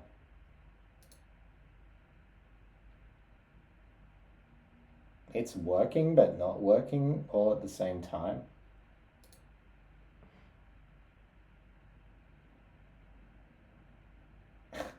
It's just insane. Cursor, please, this is a call out. I mean, just please fix your goddamn plan mode so this doesn't keep happening all the time. Please. Please. Please, please fix your plan mode. I'm so sick of this today. I'm going to keep waiting. It's going to be very slow.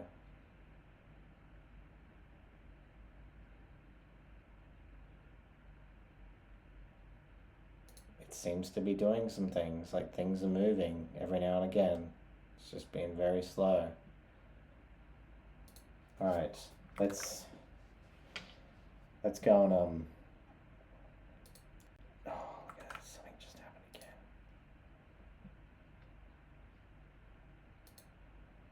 What if we click on that? Get away from it for a sec. Come on.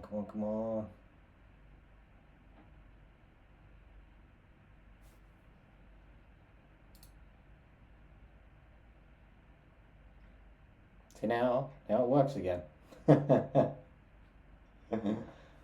Oh man. Alright. I can't even review the spec anymore though.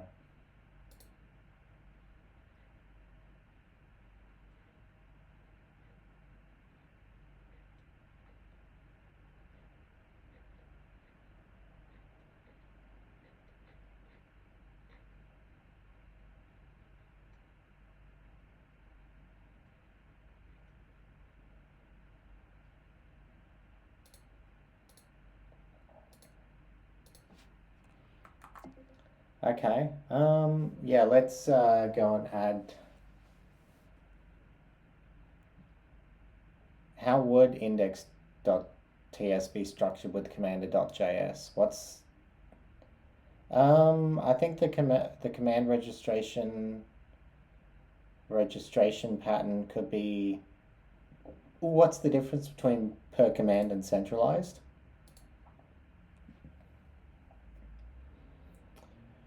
We could have a try catch per command. I think that would be better. I think the exit code convention should be standardized, and then we should have some help text and examples for each command.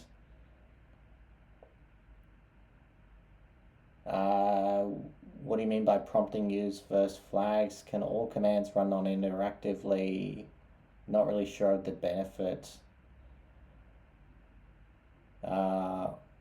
Oh yeah, I mean we could have them run non-interactively actually. I think that's probably good so agents can use it. I don't know about, I think yeah, with CRCD compatibility, if we have non-interactive then it should be compatible. Yeah, we need to clarify the output formatting details, so give me some Q&A on that.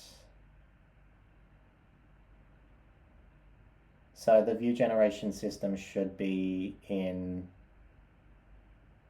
Markdown because the view is a presentation of the spec.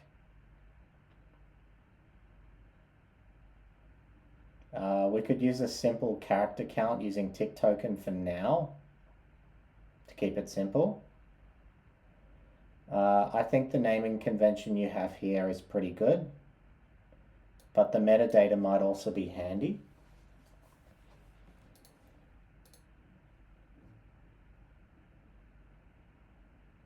Yeah, we could have an error hierarchy potentially. Let's kind of go into error handling strategy.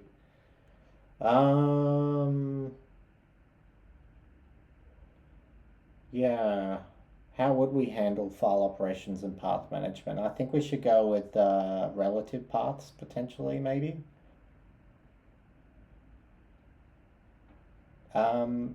If yeah, we could increment if there's a branch creation error. Commit messages format can be sort of, we can have a standard commit message format too. With dirty working directory, I think we'd clean it, we'd just reset. But we don't do merging, so we don't handle merge conflict scenarios. Yeah, I mean, so how do we actually do the linting rules? And let's actually go through the exact algorithm. I think with the impact score calculation in analysis engine, we could probably do like a weighted average. And again, effort estimation can be token cost estimation method. That's how we do it. And then time is not really super relevant because we're using agents to do it and they're pretty quick regardless.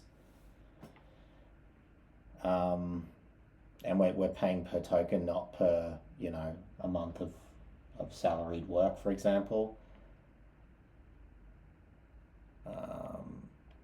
So what is the adapter interface contract and how can we sort of go through that? Let's discuss these things and then we'll factor it into a plan.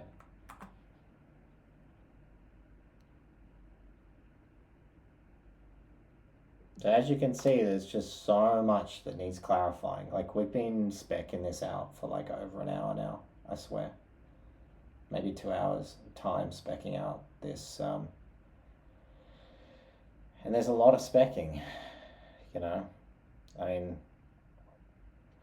that's what I mean. We got to work through this process. We got to spec it out.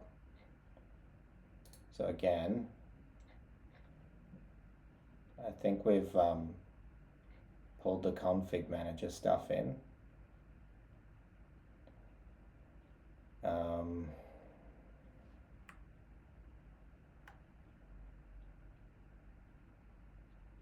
So what I want to do is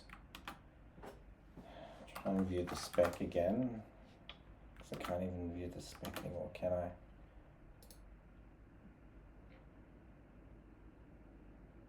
because it won't load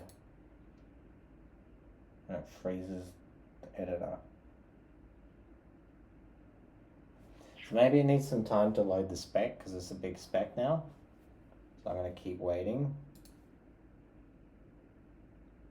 In fact, it actually just won't load the spec. It's broken. The spec's broken. The plan's broken. And if we copy and paste it, it doesn't work. So there's some sort of bug. Very annoying bug. So that plan is now broken, which is great. Absolutely great.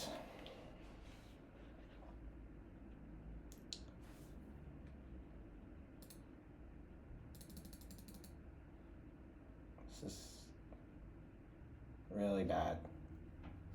Cursor. This is like so annoying.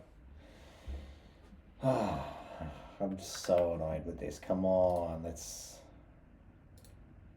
come on, just get out of here. Get out of this thing. Go over here. Change your window. Do something. Fine. Reopen. Okay.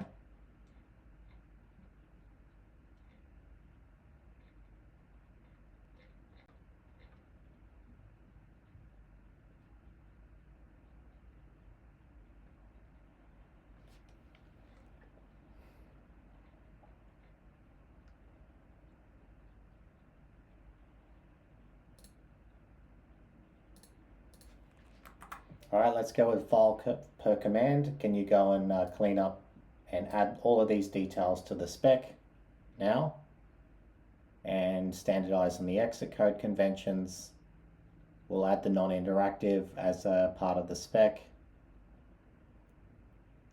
Success message only if verbose, silent success if CI. Human friendly by default, and we have a JSON flag for machine readable. Show progress and spinner bars, definitely do that. Color the output, right? You can have a no color flag, that's fine. JSON output structure can have a standard structure, that's fine. Go and add that now. Okay, I'm just going to keep iterating on the plan. I can't even view it anymore. I mean, I can view it in NeoVim, but I don't really want to. We're probably going to have to like do something later to fix this.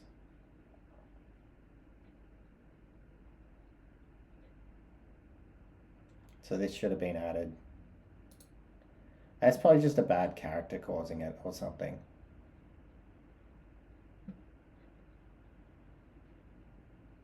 Yeah, so this is good.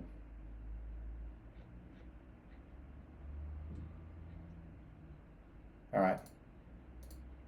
So I think we're basically on our final pass now with the plan. We've kind of gone over 3 passes. We started with the high level of like what we're trying to achieve, what I'm trying to achieve. I kept clarifying, getting deeper into technical details, kept asking what is not clarified, what is not clarified, what is not clarified. This would be, I'm speed running the process of building an oxygen spec, right? And following the oxygen process. I'm speed running here. I'm the product. I'm the technical guy. I'm all of these things. You're watching this right here, me speed running the process. But in the real world, for something a bit more complicated where there's business impact and all these kinds of things, you know, we might be talking about getting PM, UI designers, engineers, people like that in. So I'm just speed running, of course, right? But we always need to clarify like what's not clarified, what's not clarified. We haven't really gone into the risks yet. There's not really much at risk here because this is greenfield. But in another world, if we're working on a legacy software, there's a lot of risks to consider. In fact, probably risks is the majority of your whole thing in legacy. Legacy's great. You know, it's like I'm really wealthy. You know, I don't want to invest money in stupid shit. I ain't got nothing to lose. I'm going to do that, right? And risk is asymmetric. Don't forget that as well. So when you're really you're doing great, the software's doing great, the risks of messing it up are pretty bad, you know. So let's see. It's gonna still do it. It's gonna still freeze up. It's fine. It can't open the plan anymore. Basically, the plan is broken. So one thing that we could do is reopen this again. What I can do is I can actually go to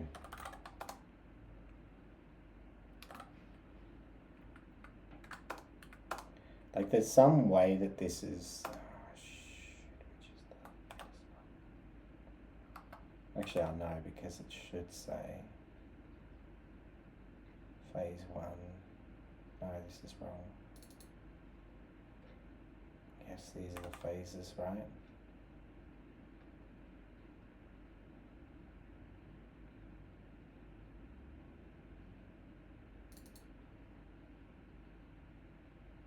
Oh, it should be this one. Yeah.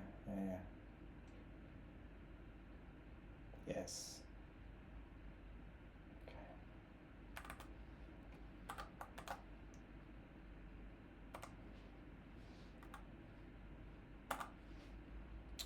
What I'm going to do now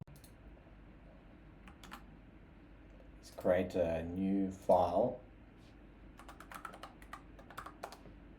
See if I can just paste this in here. Yeah, cool.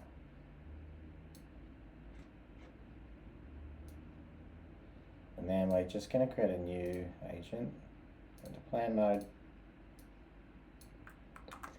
Take this plan.md and in deep detail, missing out no detail whatsoever, create a plan for it.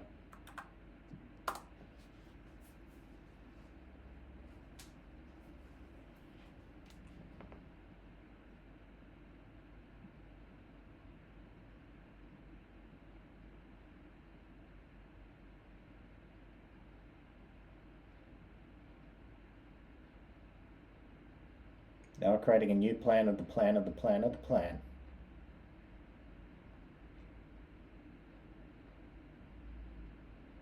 All right.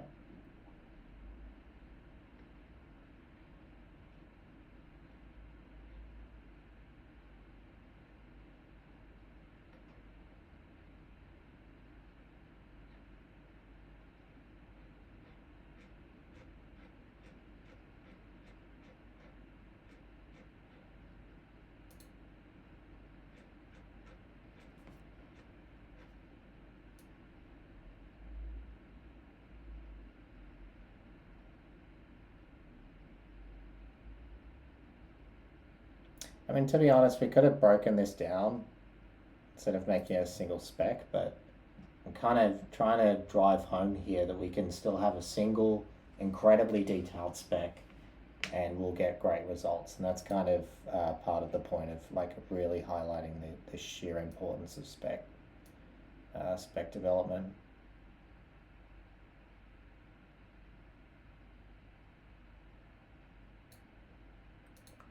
Okay, so this is good, but I'm just wondering, so in plan.md, there's a lot of detail in there that might have been missed, incredible detail about implementation, especially technical implementation.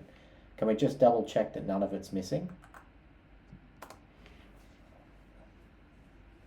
Let's make it a new plan again now. It's fine. All right, so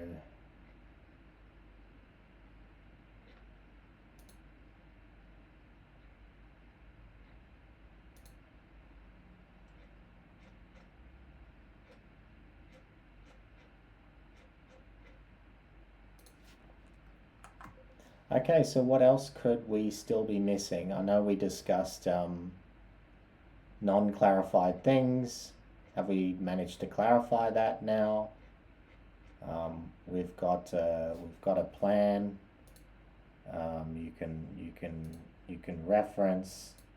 It's a new plan now. And I just want to make sure that based on our previous discussion, did we have all this in the plan? Let's just quickly have a look. We're sort of getting to our final phases here where we're just really iterating. We're just constantly double checking. Have we covered it off? Have we covered it off? Is there any ambiguity? Right, we need to go through this over and over again. Once I hit this build button, we're gonna go on a break for a bit. I'm gonna leave this thing recording. I'm gonna go on a break for a bit. I'm gonna walk away for a while. Right?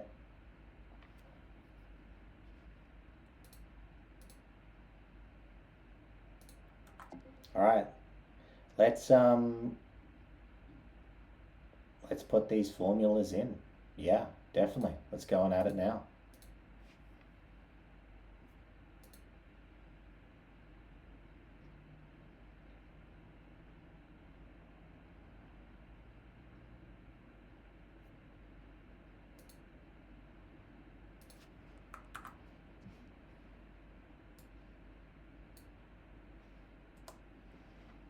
Okay, just get it to add those missing details in. Hopefully it won't break it again. I think it's maybe the agent mode killing the plan or something.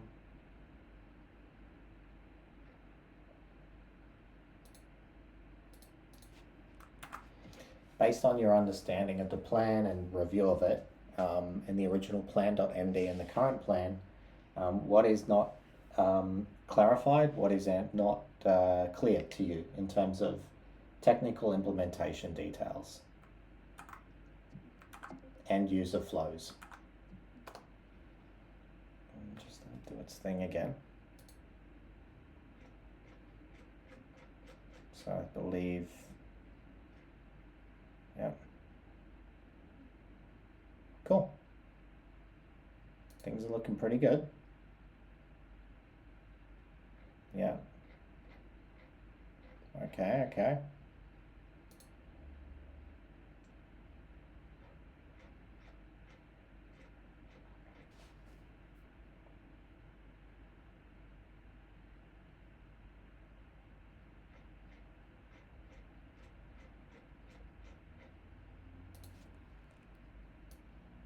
Okay.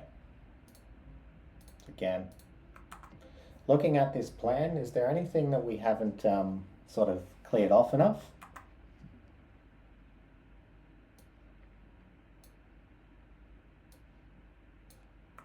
We also had this conversation and these gaps. Have we ensured that we've sort of included everything in here? The other thing is documentation, a README. Also, setting up a change set, right? That could maybe be added in. But a README is very important. Stuff like how we talked about the Warren Buffett for fun and why we're doing this, etc. Okay, so I actually really want a good README.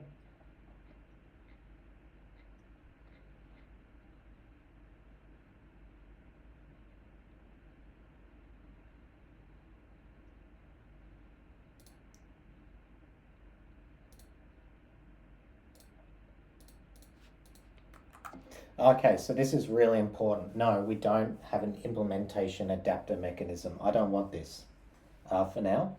We're not doing any integration with any CLIs or APIs or anything. We literally just print out the execution plan and then the developer figures out, like, paste it in their agent. There's no deep integration with these yet. Yes, we take the code base and the agent logs and then we can pass it back into this tool using our agent that's hooked up to it, and then we can sort of run through it and go through refining, right? There's no callback mechanism. There's no tight integration here for now. This can be a future roadmap item. So again, we should have roadmap items in here and a markdown file at the end of this build with roadmap.md, and that defines future roadmap, or like call it, yeah. The auto improvement agent doesn't work yet. That's future roadmap. Again, put this on, these questions and everything on future roadmap.md.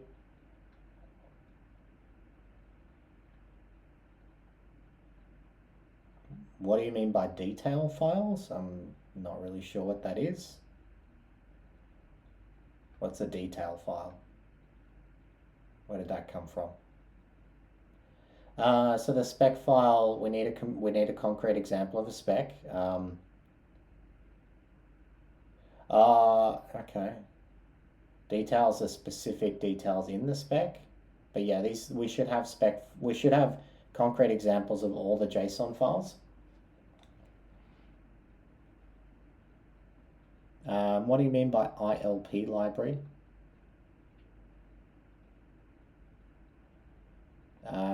The custom rules are just a part of the validation against the rule interface.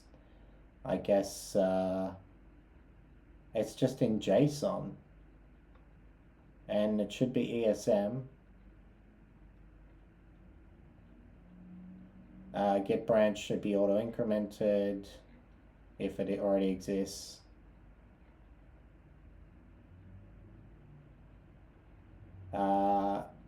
We can do direct JSON editing or CLI prompts for now.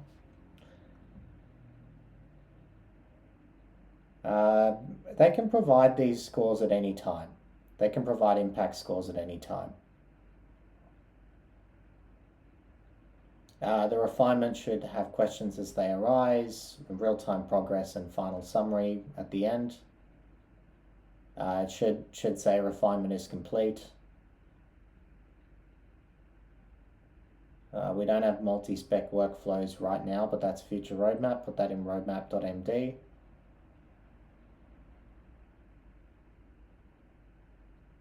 Spec can go from proof back to draft. We're not implementing workflows like Jira yet.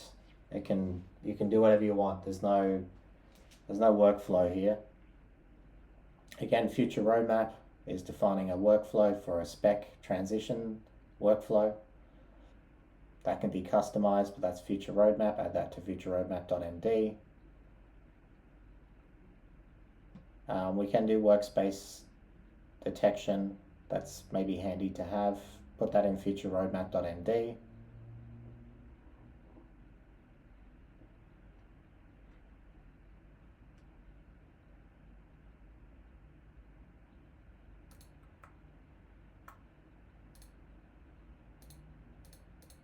I'll just let it execute. I'm starting to get antsy here, guys. I want to go and eat some food at some point. This has been quite a long time of developing a spec. But again, I want us to make sure that we do this right. So, cool. Yeah.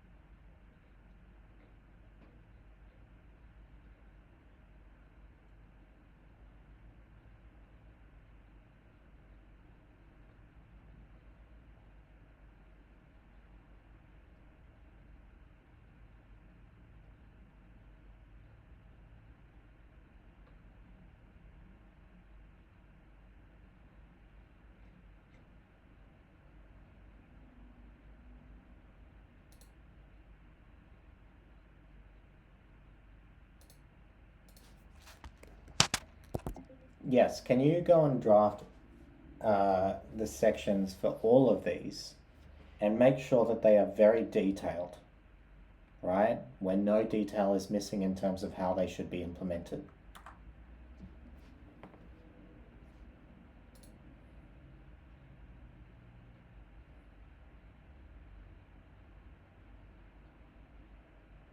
Cool. I think we're like so close now, guys. We're actually working on the README stuff. The plan is not broken yet. I'm afraid of this plan breaking again right now. But I'm gonna hit build after this, and we're gonna walk away. We're gonna do a final review of this plan. We're gonna hit build. We're gonna see what we get. I'm very curious about what we get. So it's hard doing this for so long because I feel like I'm starting to um,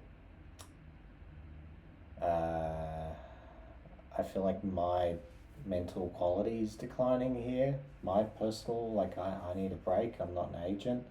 Well, then again, I'm like an agent. I've just got too much context. I need to go and unload some. Which is actually, like I try to think of being an engineer like Ralph. I think it's all like Memento, that film. If you know Memento, the film, you kind of want to be able to um, just sort of forget things, and you want to be able to forget things. You want to be able to kind of make your definition of done that you can completely forget about it. If you feel comfortable completely forgetting about something, it's a good indicator that you've done it right. Right? You've documented it. The code's good. Other engineers can come in and see it. You've not written some magic boogaloo of La La Land crap that's got no documentation that nobody understands. Right? I feel comfortable, right? Because we've got the spec, we've got the README, we've got the docs, we've got a clean code, and I'm not trying to be too opinionated about what clean code is here, but you kind of get what I mean. You can forget about it. You're not afraid that someone's going to ask you. There's going to be a bug, right? And you're going to have to go back, right? Because if you make a buggy mess, you're not going to feel comfortable forgetting about it, right? Because you're going to be worried. There's going to be a bug. It's going to crash. You're going to have to go and fix it, right? We want to forget. We want to move on. We want to go about our day. So, this is our last final pass with the implementation now. There's a lot in this implementation now. There is a lot, right? But let's actually go and have a look. So, correct monorepo, system overview, principles, workspace structure, key components look right. Yes, spec linter, spec structure, yes. View generation, analysis engine, roadmap planning, yes. Spec lifecycle, yes. I like this user flow lifecycle. This is looking pretty good to me. Oxygen lint, yes. Okay, this is looking good.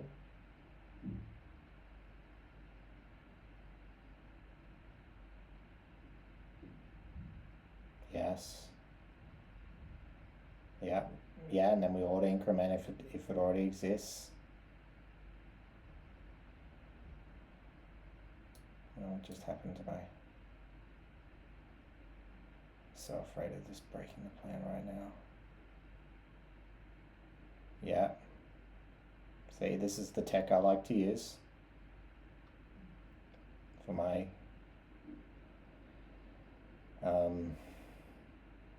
oh no. I knew it. We broke the plan again. Ah, damn it.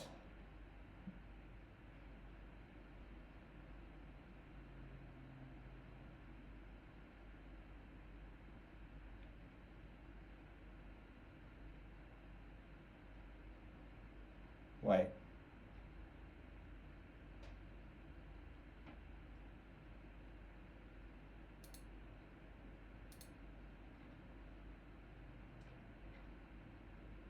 The hell? We broke the plan again. Damn it.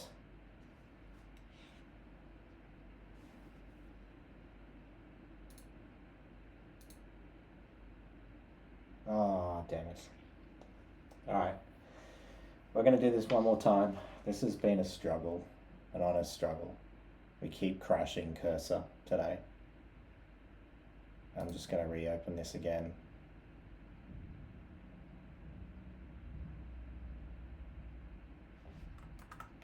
and I'm gonna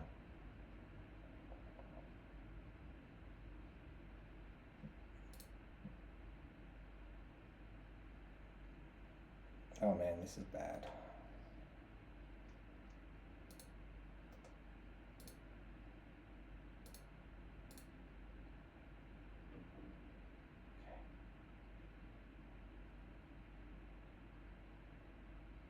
It's the excessive indentation thing. When as soon as it does that, it breaks it. Oh, dude. Damn it. Damn it. How bloody annoying. Right as I was going to hit the build button, guys. Reopen. Alright. It's so weird because it opens it if I just make it plan.md, so...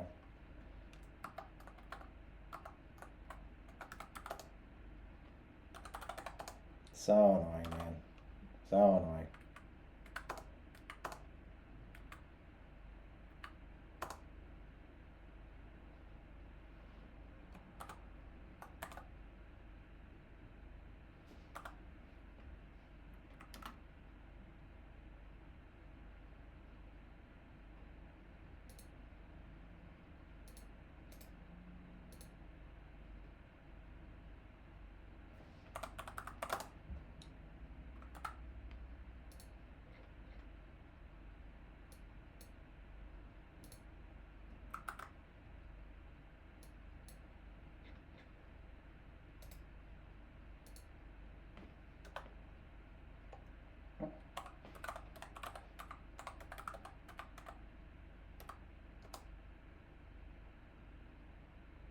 And as soon as we do it, it crashes it. I have no idea why.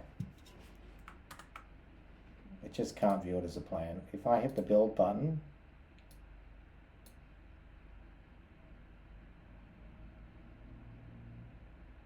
what I'm going to do is I'm going to reopen this editor, and then we're going to open a new agent.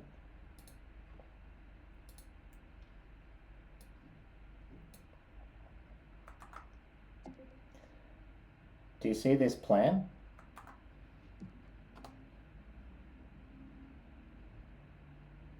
Let's see if this works.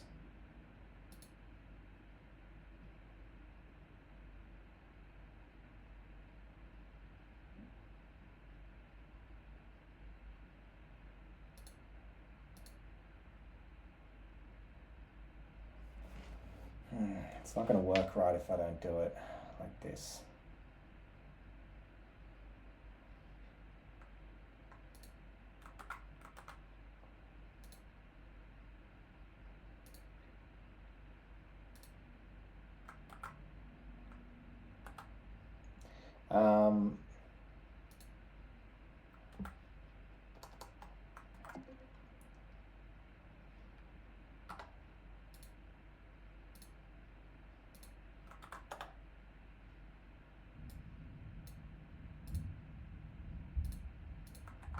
Copy this verbatim, exact copy with new formatting into a new plan.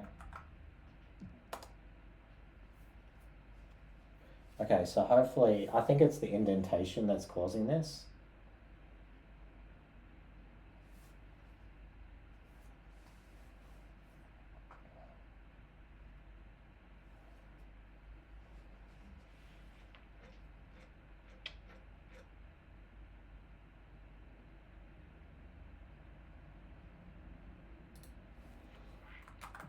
Re-review plan.md and the current plan and add in any missing details, anything at all that is not in there. Also reference plan MD in this new plan. Any missing details needs to be clarified in the plan. This is the worst download cursor ever. This is crap.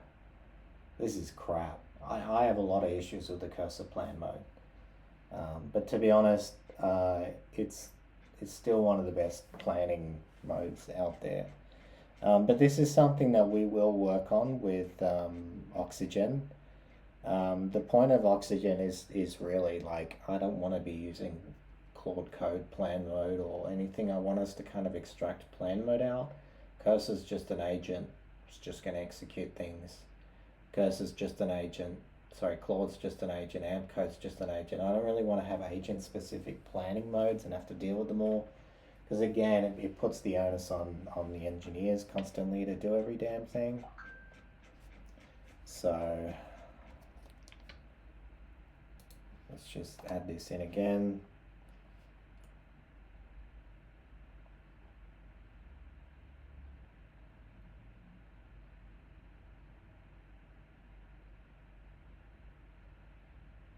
Cool. Just making sure it hasn't missed anything at all.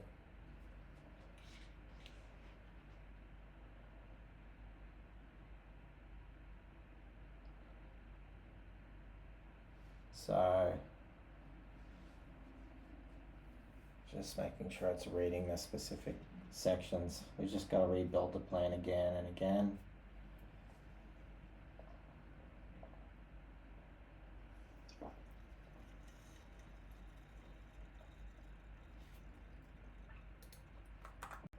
Again, can we review the plans and make sure that there is absolutely no details whatsoever? Go through each section bit by bit and make sure that they are the same and they have every single detail.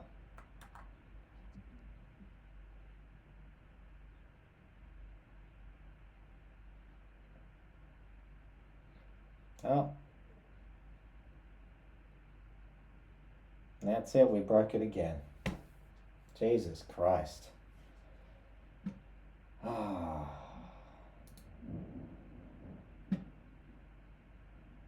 Jesus Christ, man. This is ridiculous.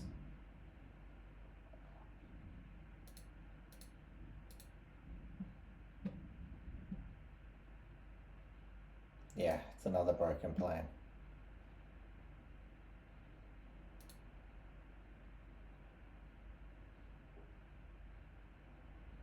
It's another broken plan.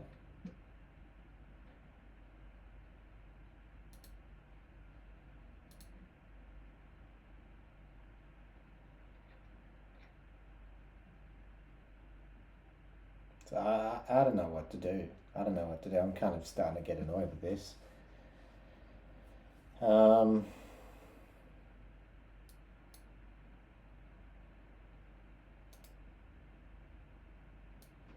Okay, you know what I'm going to do? Create a new agent.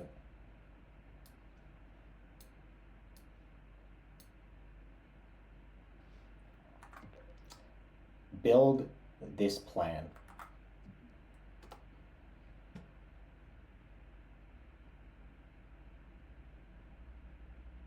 I can't want to hit that. Can you just rewrite this plan and fix up the indentation, actually? Like format the plan to fix the indentation.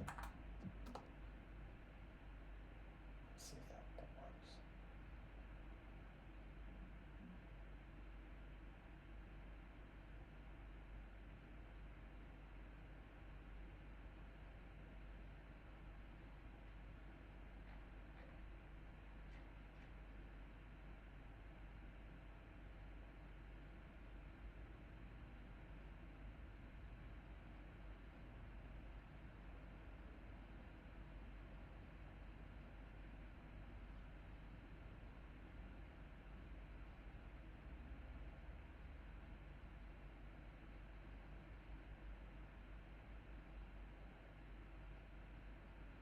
Okay.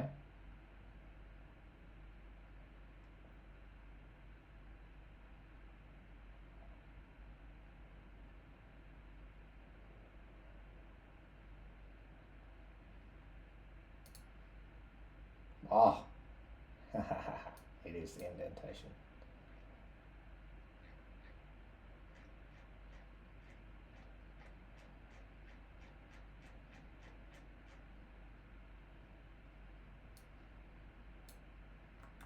Now fix the plan, is it ready to build? Is this plan ready to go? Okay, I think we've fixed it. It is indentation causing it. I know this is just context. I'm actually not sure about the cursor harness and if it's gonna get confused with the indentation. So it's just a final pass because I don't want to have to come back over and over again and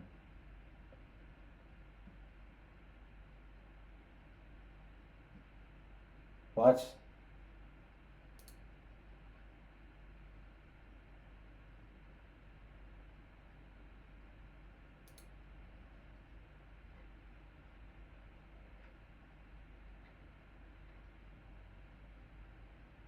Fuck it. We've got a plan to fix my plan now. God damn it! This is like the worst demonstration of planning ever. This is actually the most cooked I've ever had planning. I've never been this cooked planning. I've never had it fail so hard. This is crazy.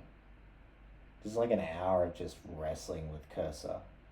Strings not. Oh my god! Now it's gonna write a goddamn Python file.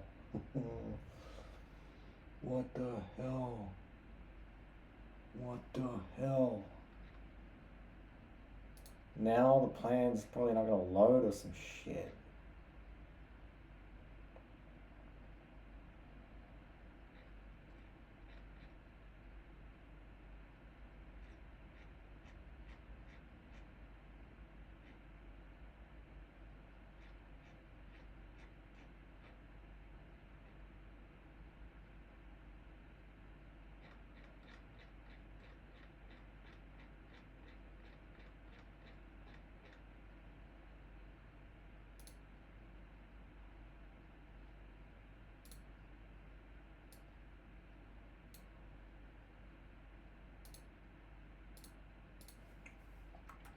Okay, let's just quickly review the plan and then we'll commit to building it.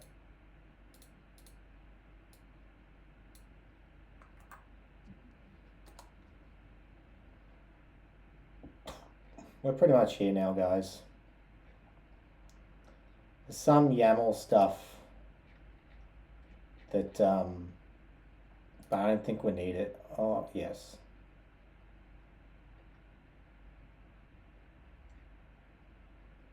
Yeah.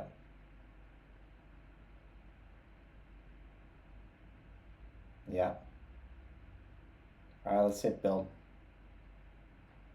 All right, we're done. We are done. Yes. Yes.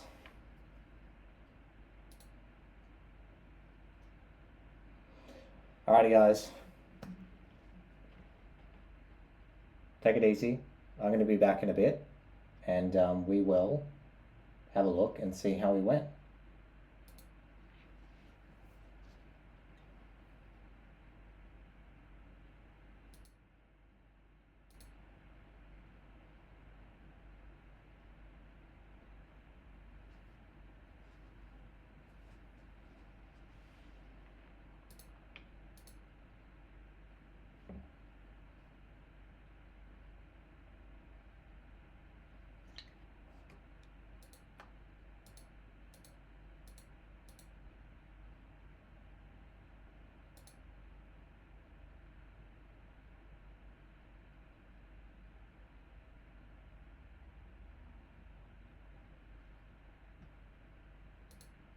I'm actually still here. Oh man, I maybe I just can you just stop asking me to accept changes? Just go and do it, man. Far out. I'm just gonna sit here for a minute because I don't know what it's doing. It's been a bit silly. It's been a silly guy. It's mostly doing it without accepting anything, which I've given it permission to. Anyways, maybe I will walk away now. I'll see you guys in a bit.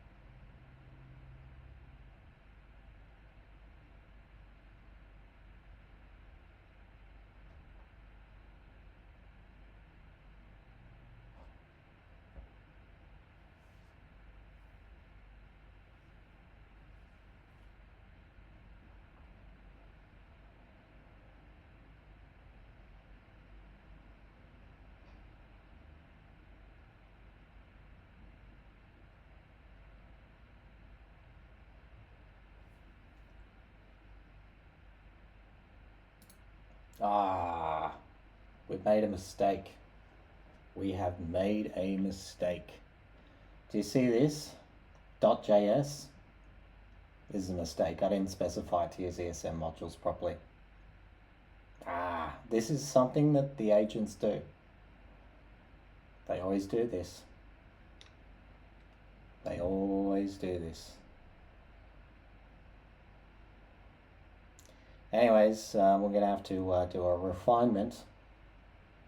So if this was our spec process, we'd get the report, we'd see the code, and then we'd need to re-refine and rerun this. So I probably actually will just modify it for now. Re-exporting types, it's wrong.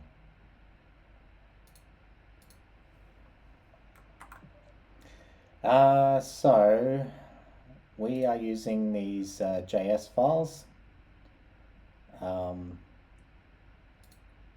We shouldn't be doing this. We should be using ESM module throughout the code base. So can we go and add this now? No .js imports or exports. I'm being really lazy here, and we're just gonna, yeah.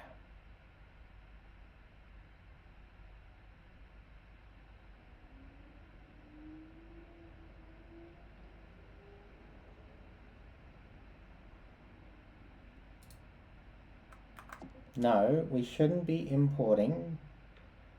This is wrong. We should not be doing this. We should just be importing from linter. We don't need the .js on the end.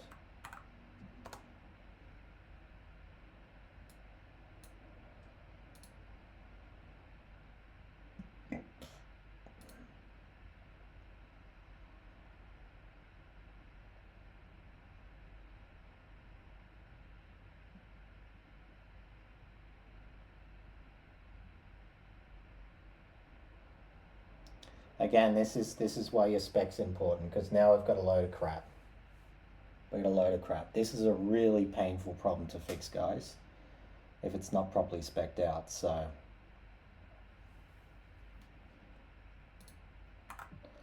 all right, so can we run the build, make sure it works, it builds, and run the type check? Again, this should have been a part of the spec. I've not done a good job with speccing this, I'll be honest. I've not done a good job.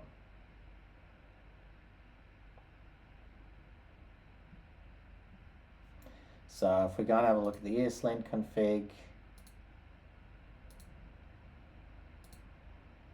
it hasn't even followed the ESLint config pattern. That's sort of okay.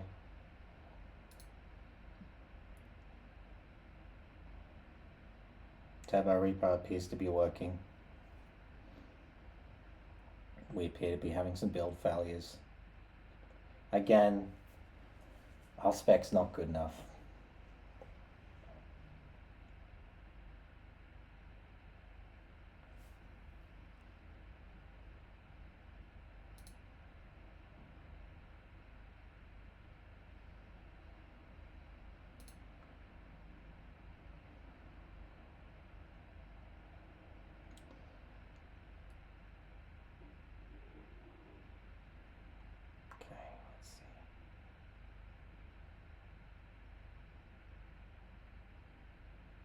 Still having build failures.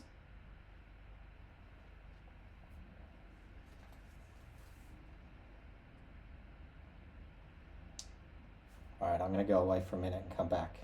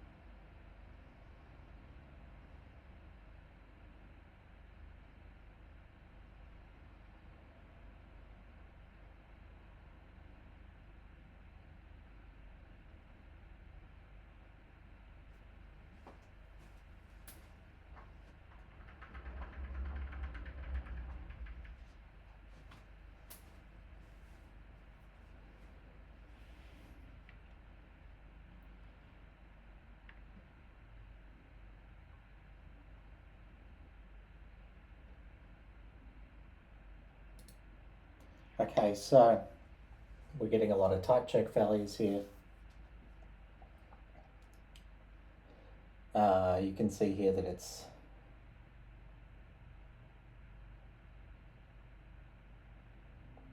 building.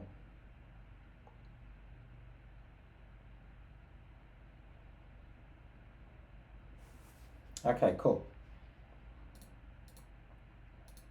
So, all right, so can we go and refine the spec and everything that we've just struggled with? Can we firstly write to a file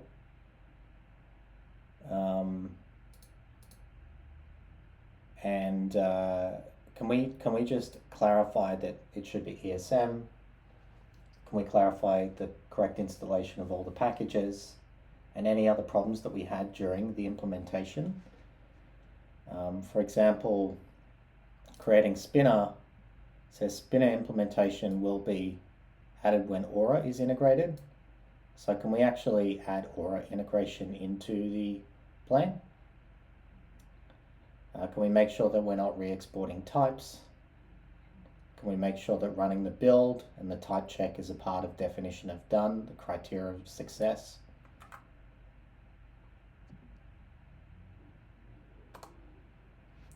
Okay, so now we're going to iterate on this plan again. So we can take these implementation learnings.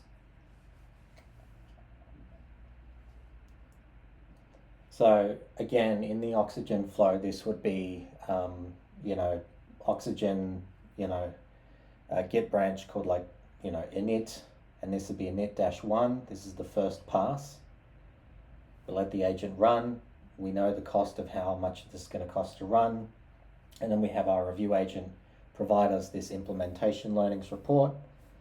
This gets sent to the relevant stakeholders, and then we iterate on the plan.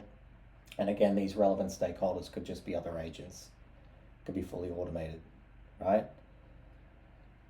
So what we're going to do now is we're going to finish up here. This is essentially the completed project. I'm actually going to take the plan, probably create a new repo again, a clean repo, a clean start, and then we're actually going to just re-implement everything. So as you can see, it's actually going to do this for us right now. So the other thing as a learning, we do not do any dynamic import, right? And we don't do ESLint disable next line, okay?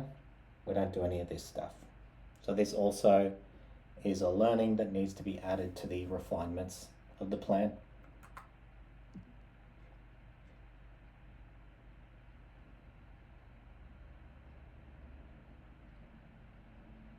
And as you can see, perfect. So again, we're going to refine the plan again. And this is going to be effectively the final spec. Now, of course, when we actually go to test this software later, we're going to find more issues. We can go back to this spec and we can do it again. So this is basically our tracking of plan refinements. Again, running the type check. And as you can see, it's going to fix these dynamic imports. We don't do this. For some reason, AI models, some of them, maybe not all of them, I'm not going to say they all work the same, but we shouldn't be doing dynamic imports. We've got no reason for them yet. We're not trying to solve any performance issues, whatever. which is sometimes the reason why you might want them. We don't have a need for them right now. And so this is it, prohibited patterns. Again, it's very hard to get the spec right the first time. As you've seen, we've just spent hours developing a spec. We still ran into issues. We just had auto compaction, that's fine, who cares? We're fine.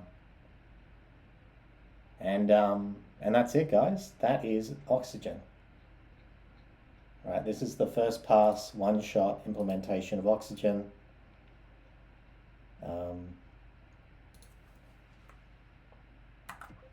Can we create a temporary directory and maybe do a quick test of a basic workflow of Oxygen? The other thing is we probably haven't included in packaging of the CLI, NPM, deployment.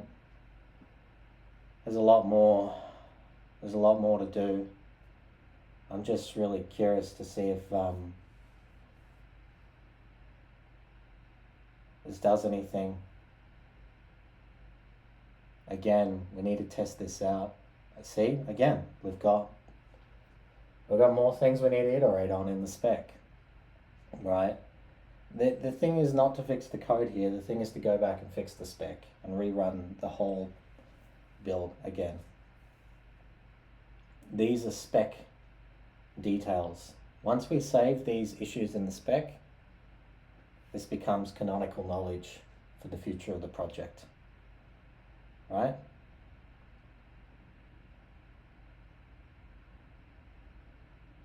This becomes canonical knowledge.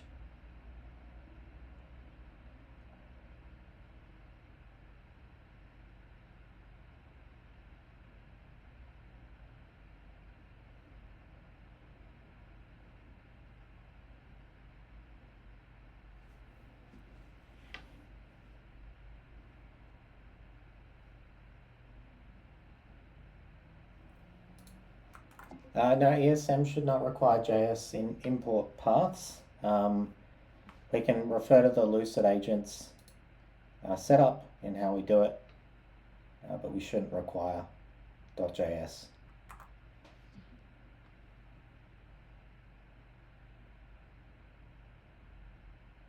I mean, this is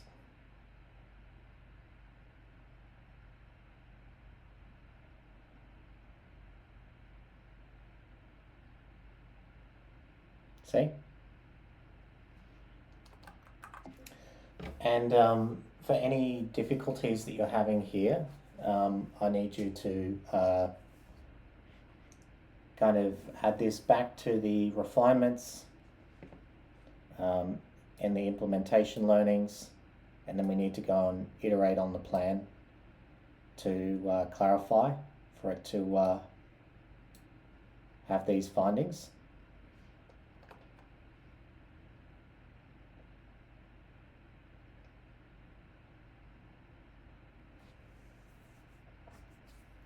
The other thing that we also actually really do need to include in here is potentially just a smoke test, like the one that we did just then as a definition of done, just quickly firing up the CLI, making sure that files are there, etc.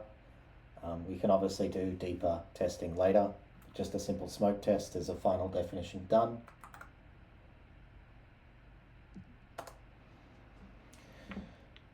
Cool. Perfect. Look at that. We're getting a good result here.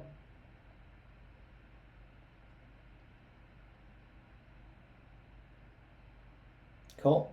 Again, we're referencing a code base that we already know with something that works.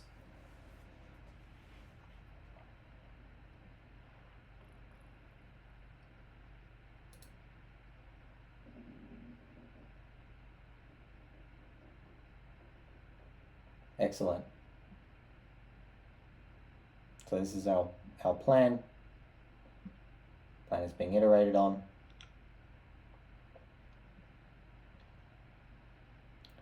And then so what we're going to do, this is the process, guys. We feed the learnings and implementation using Oxygen in the future, right? There you go, nice little smoke test. We feed it back into the original plan. Iterate, iterate. We're doing the iteration loop here, right? And this spec becomes a canonical spec, and we can basically take this spec, give it to any old agent, any old model, and we're probably going to get precisely almost the same result every time. That is what we're trying to achieve here. We're trying to achieve hegemony, where we don't have to care about the model that's implementing it as much, because the spec is what drives the quality.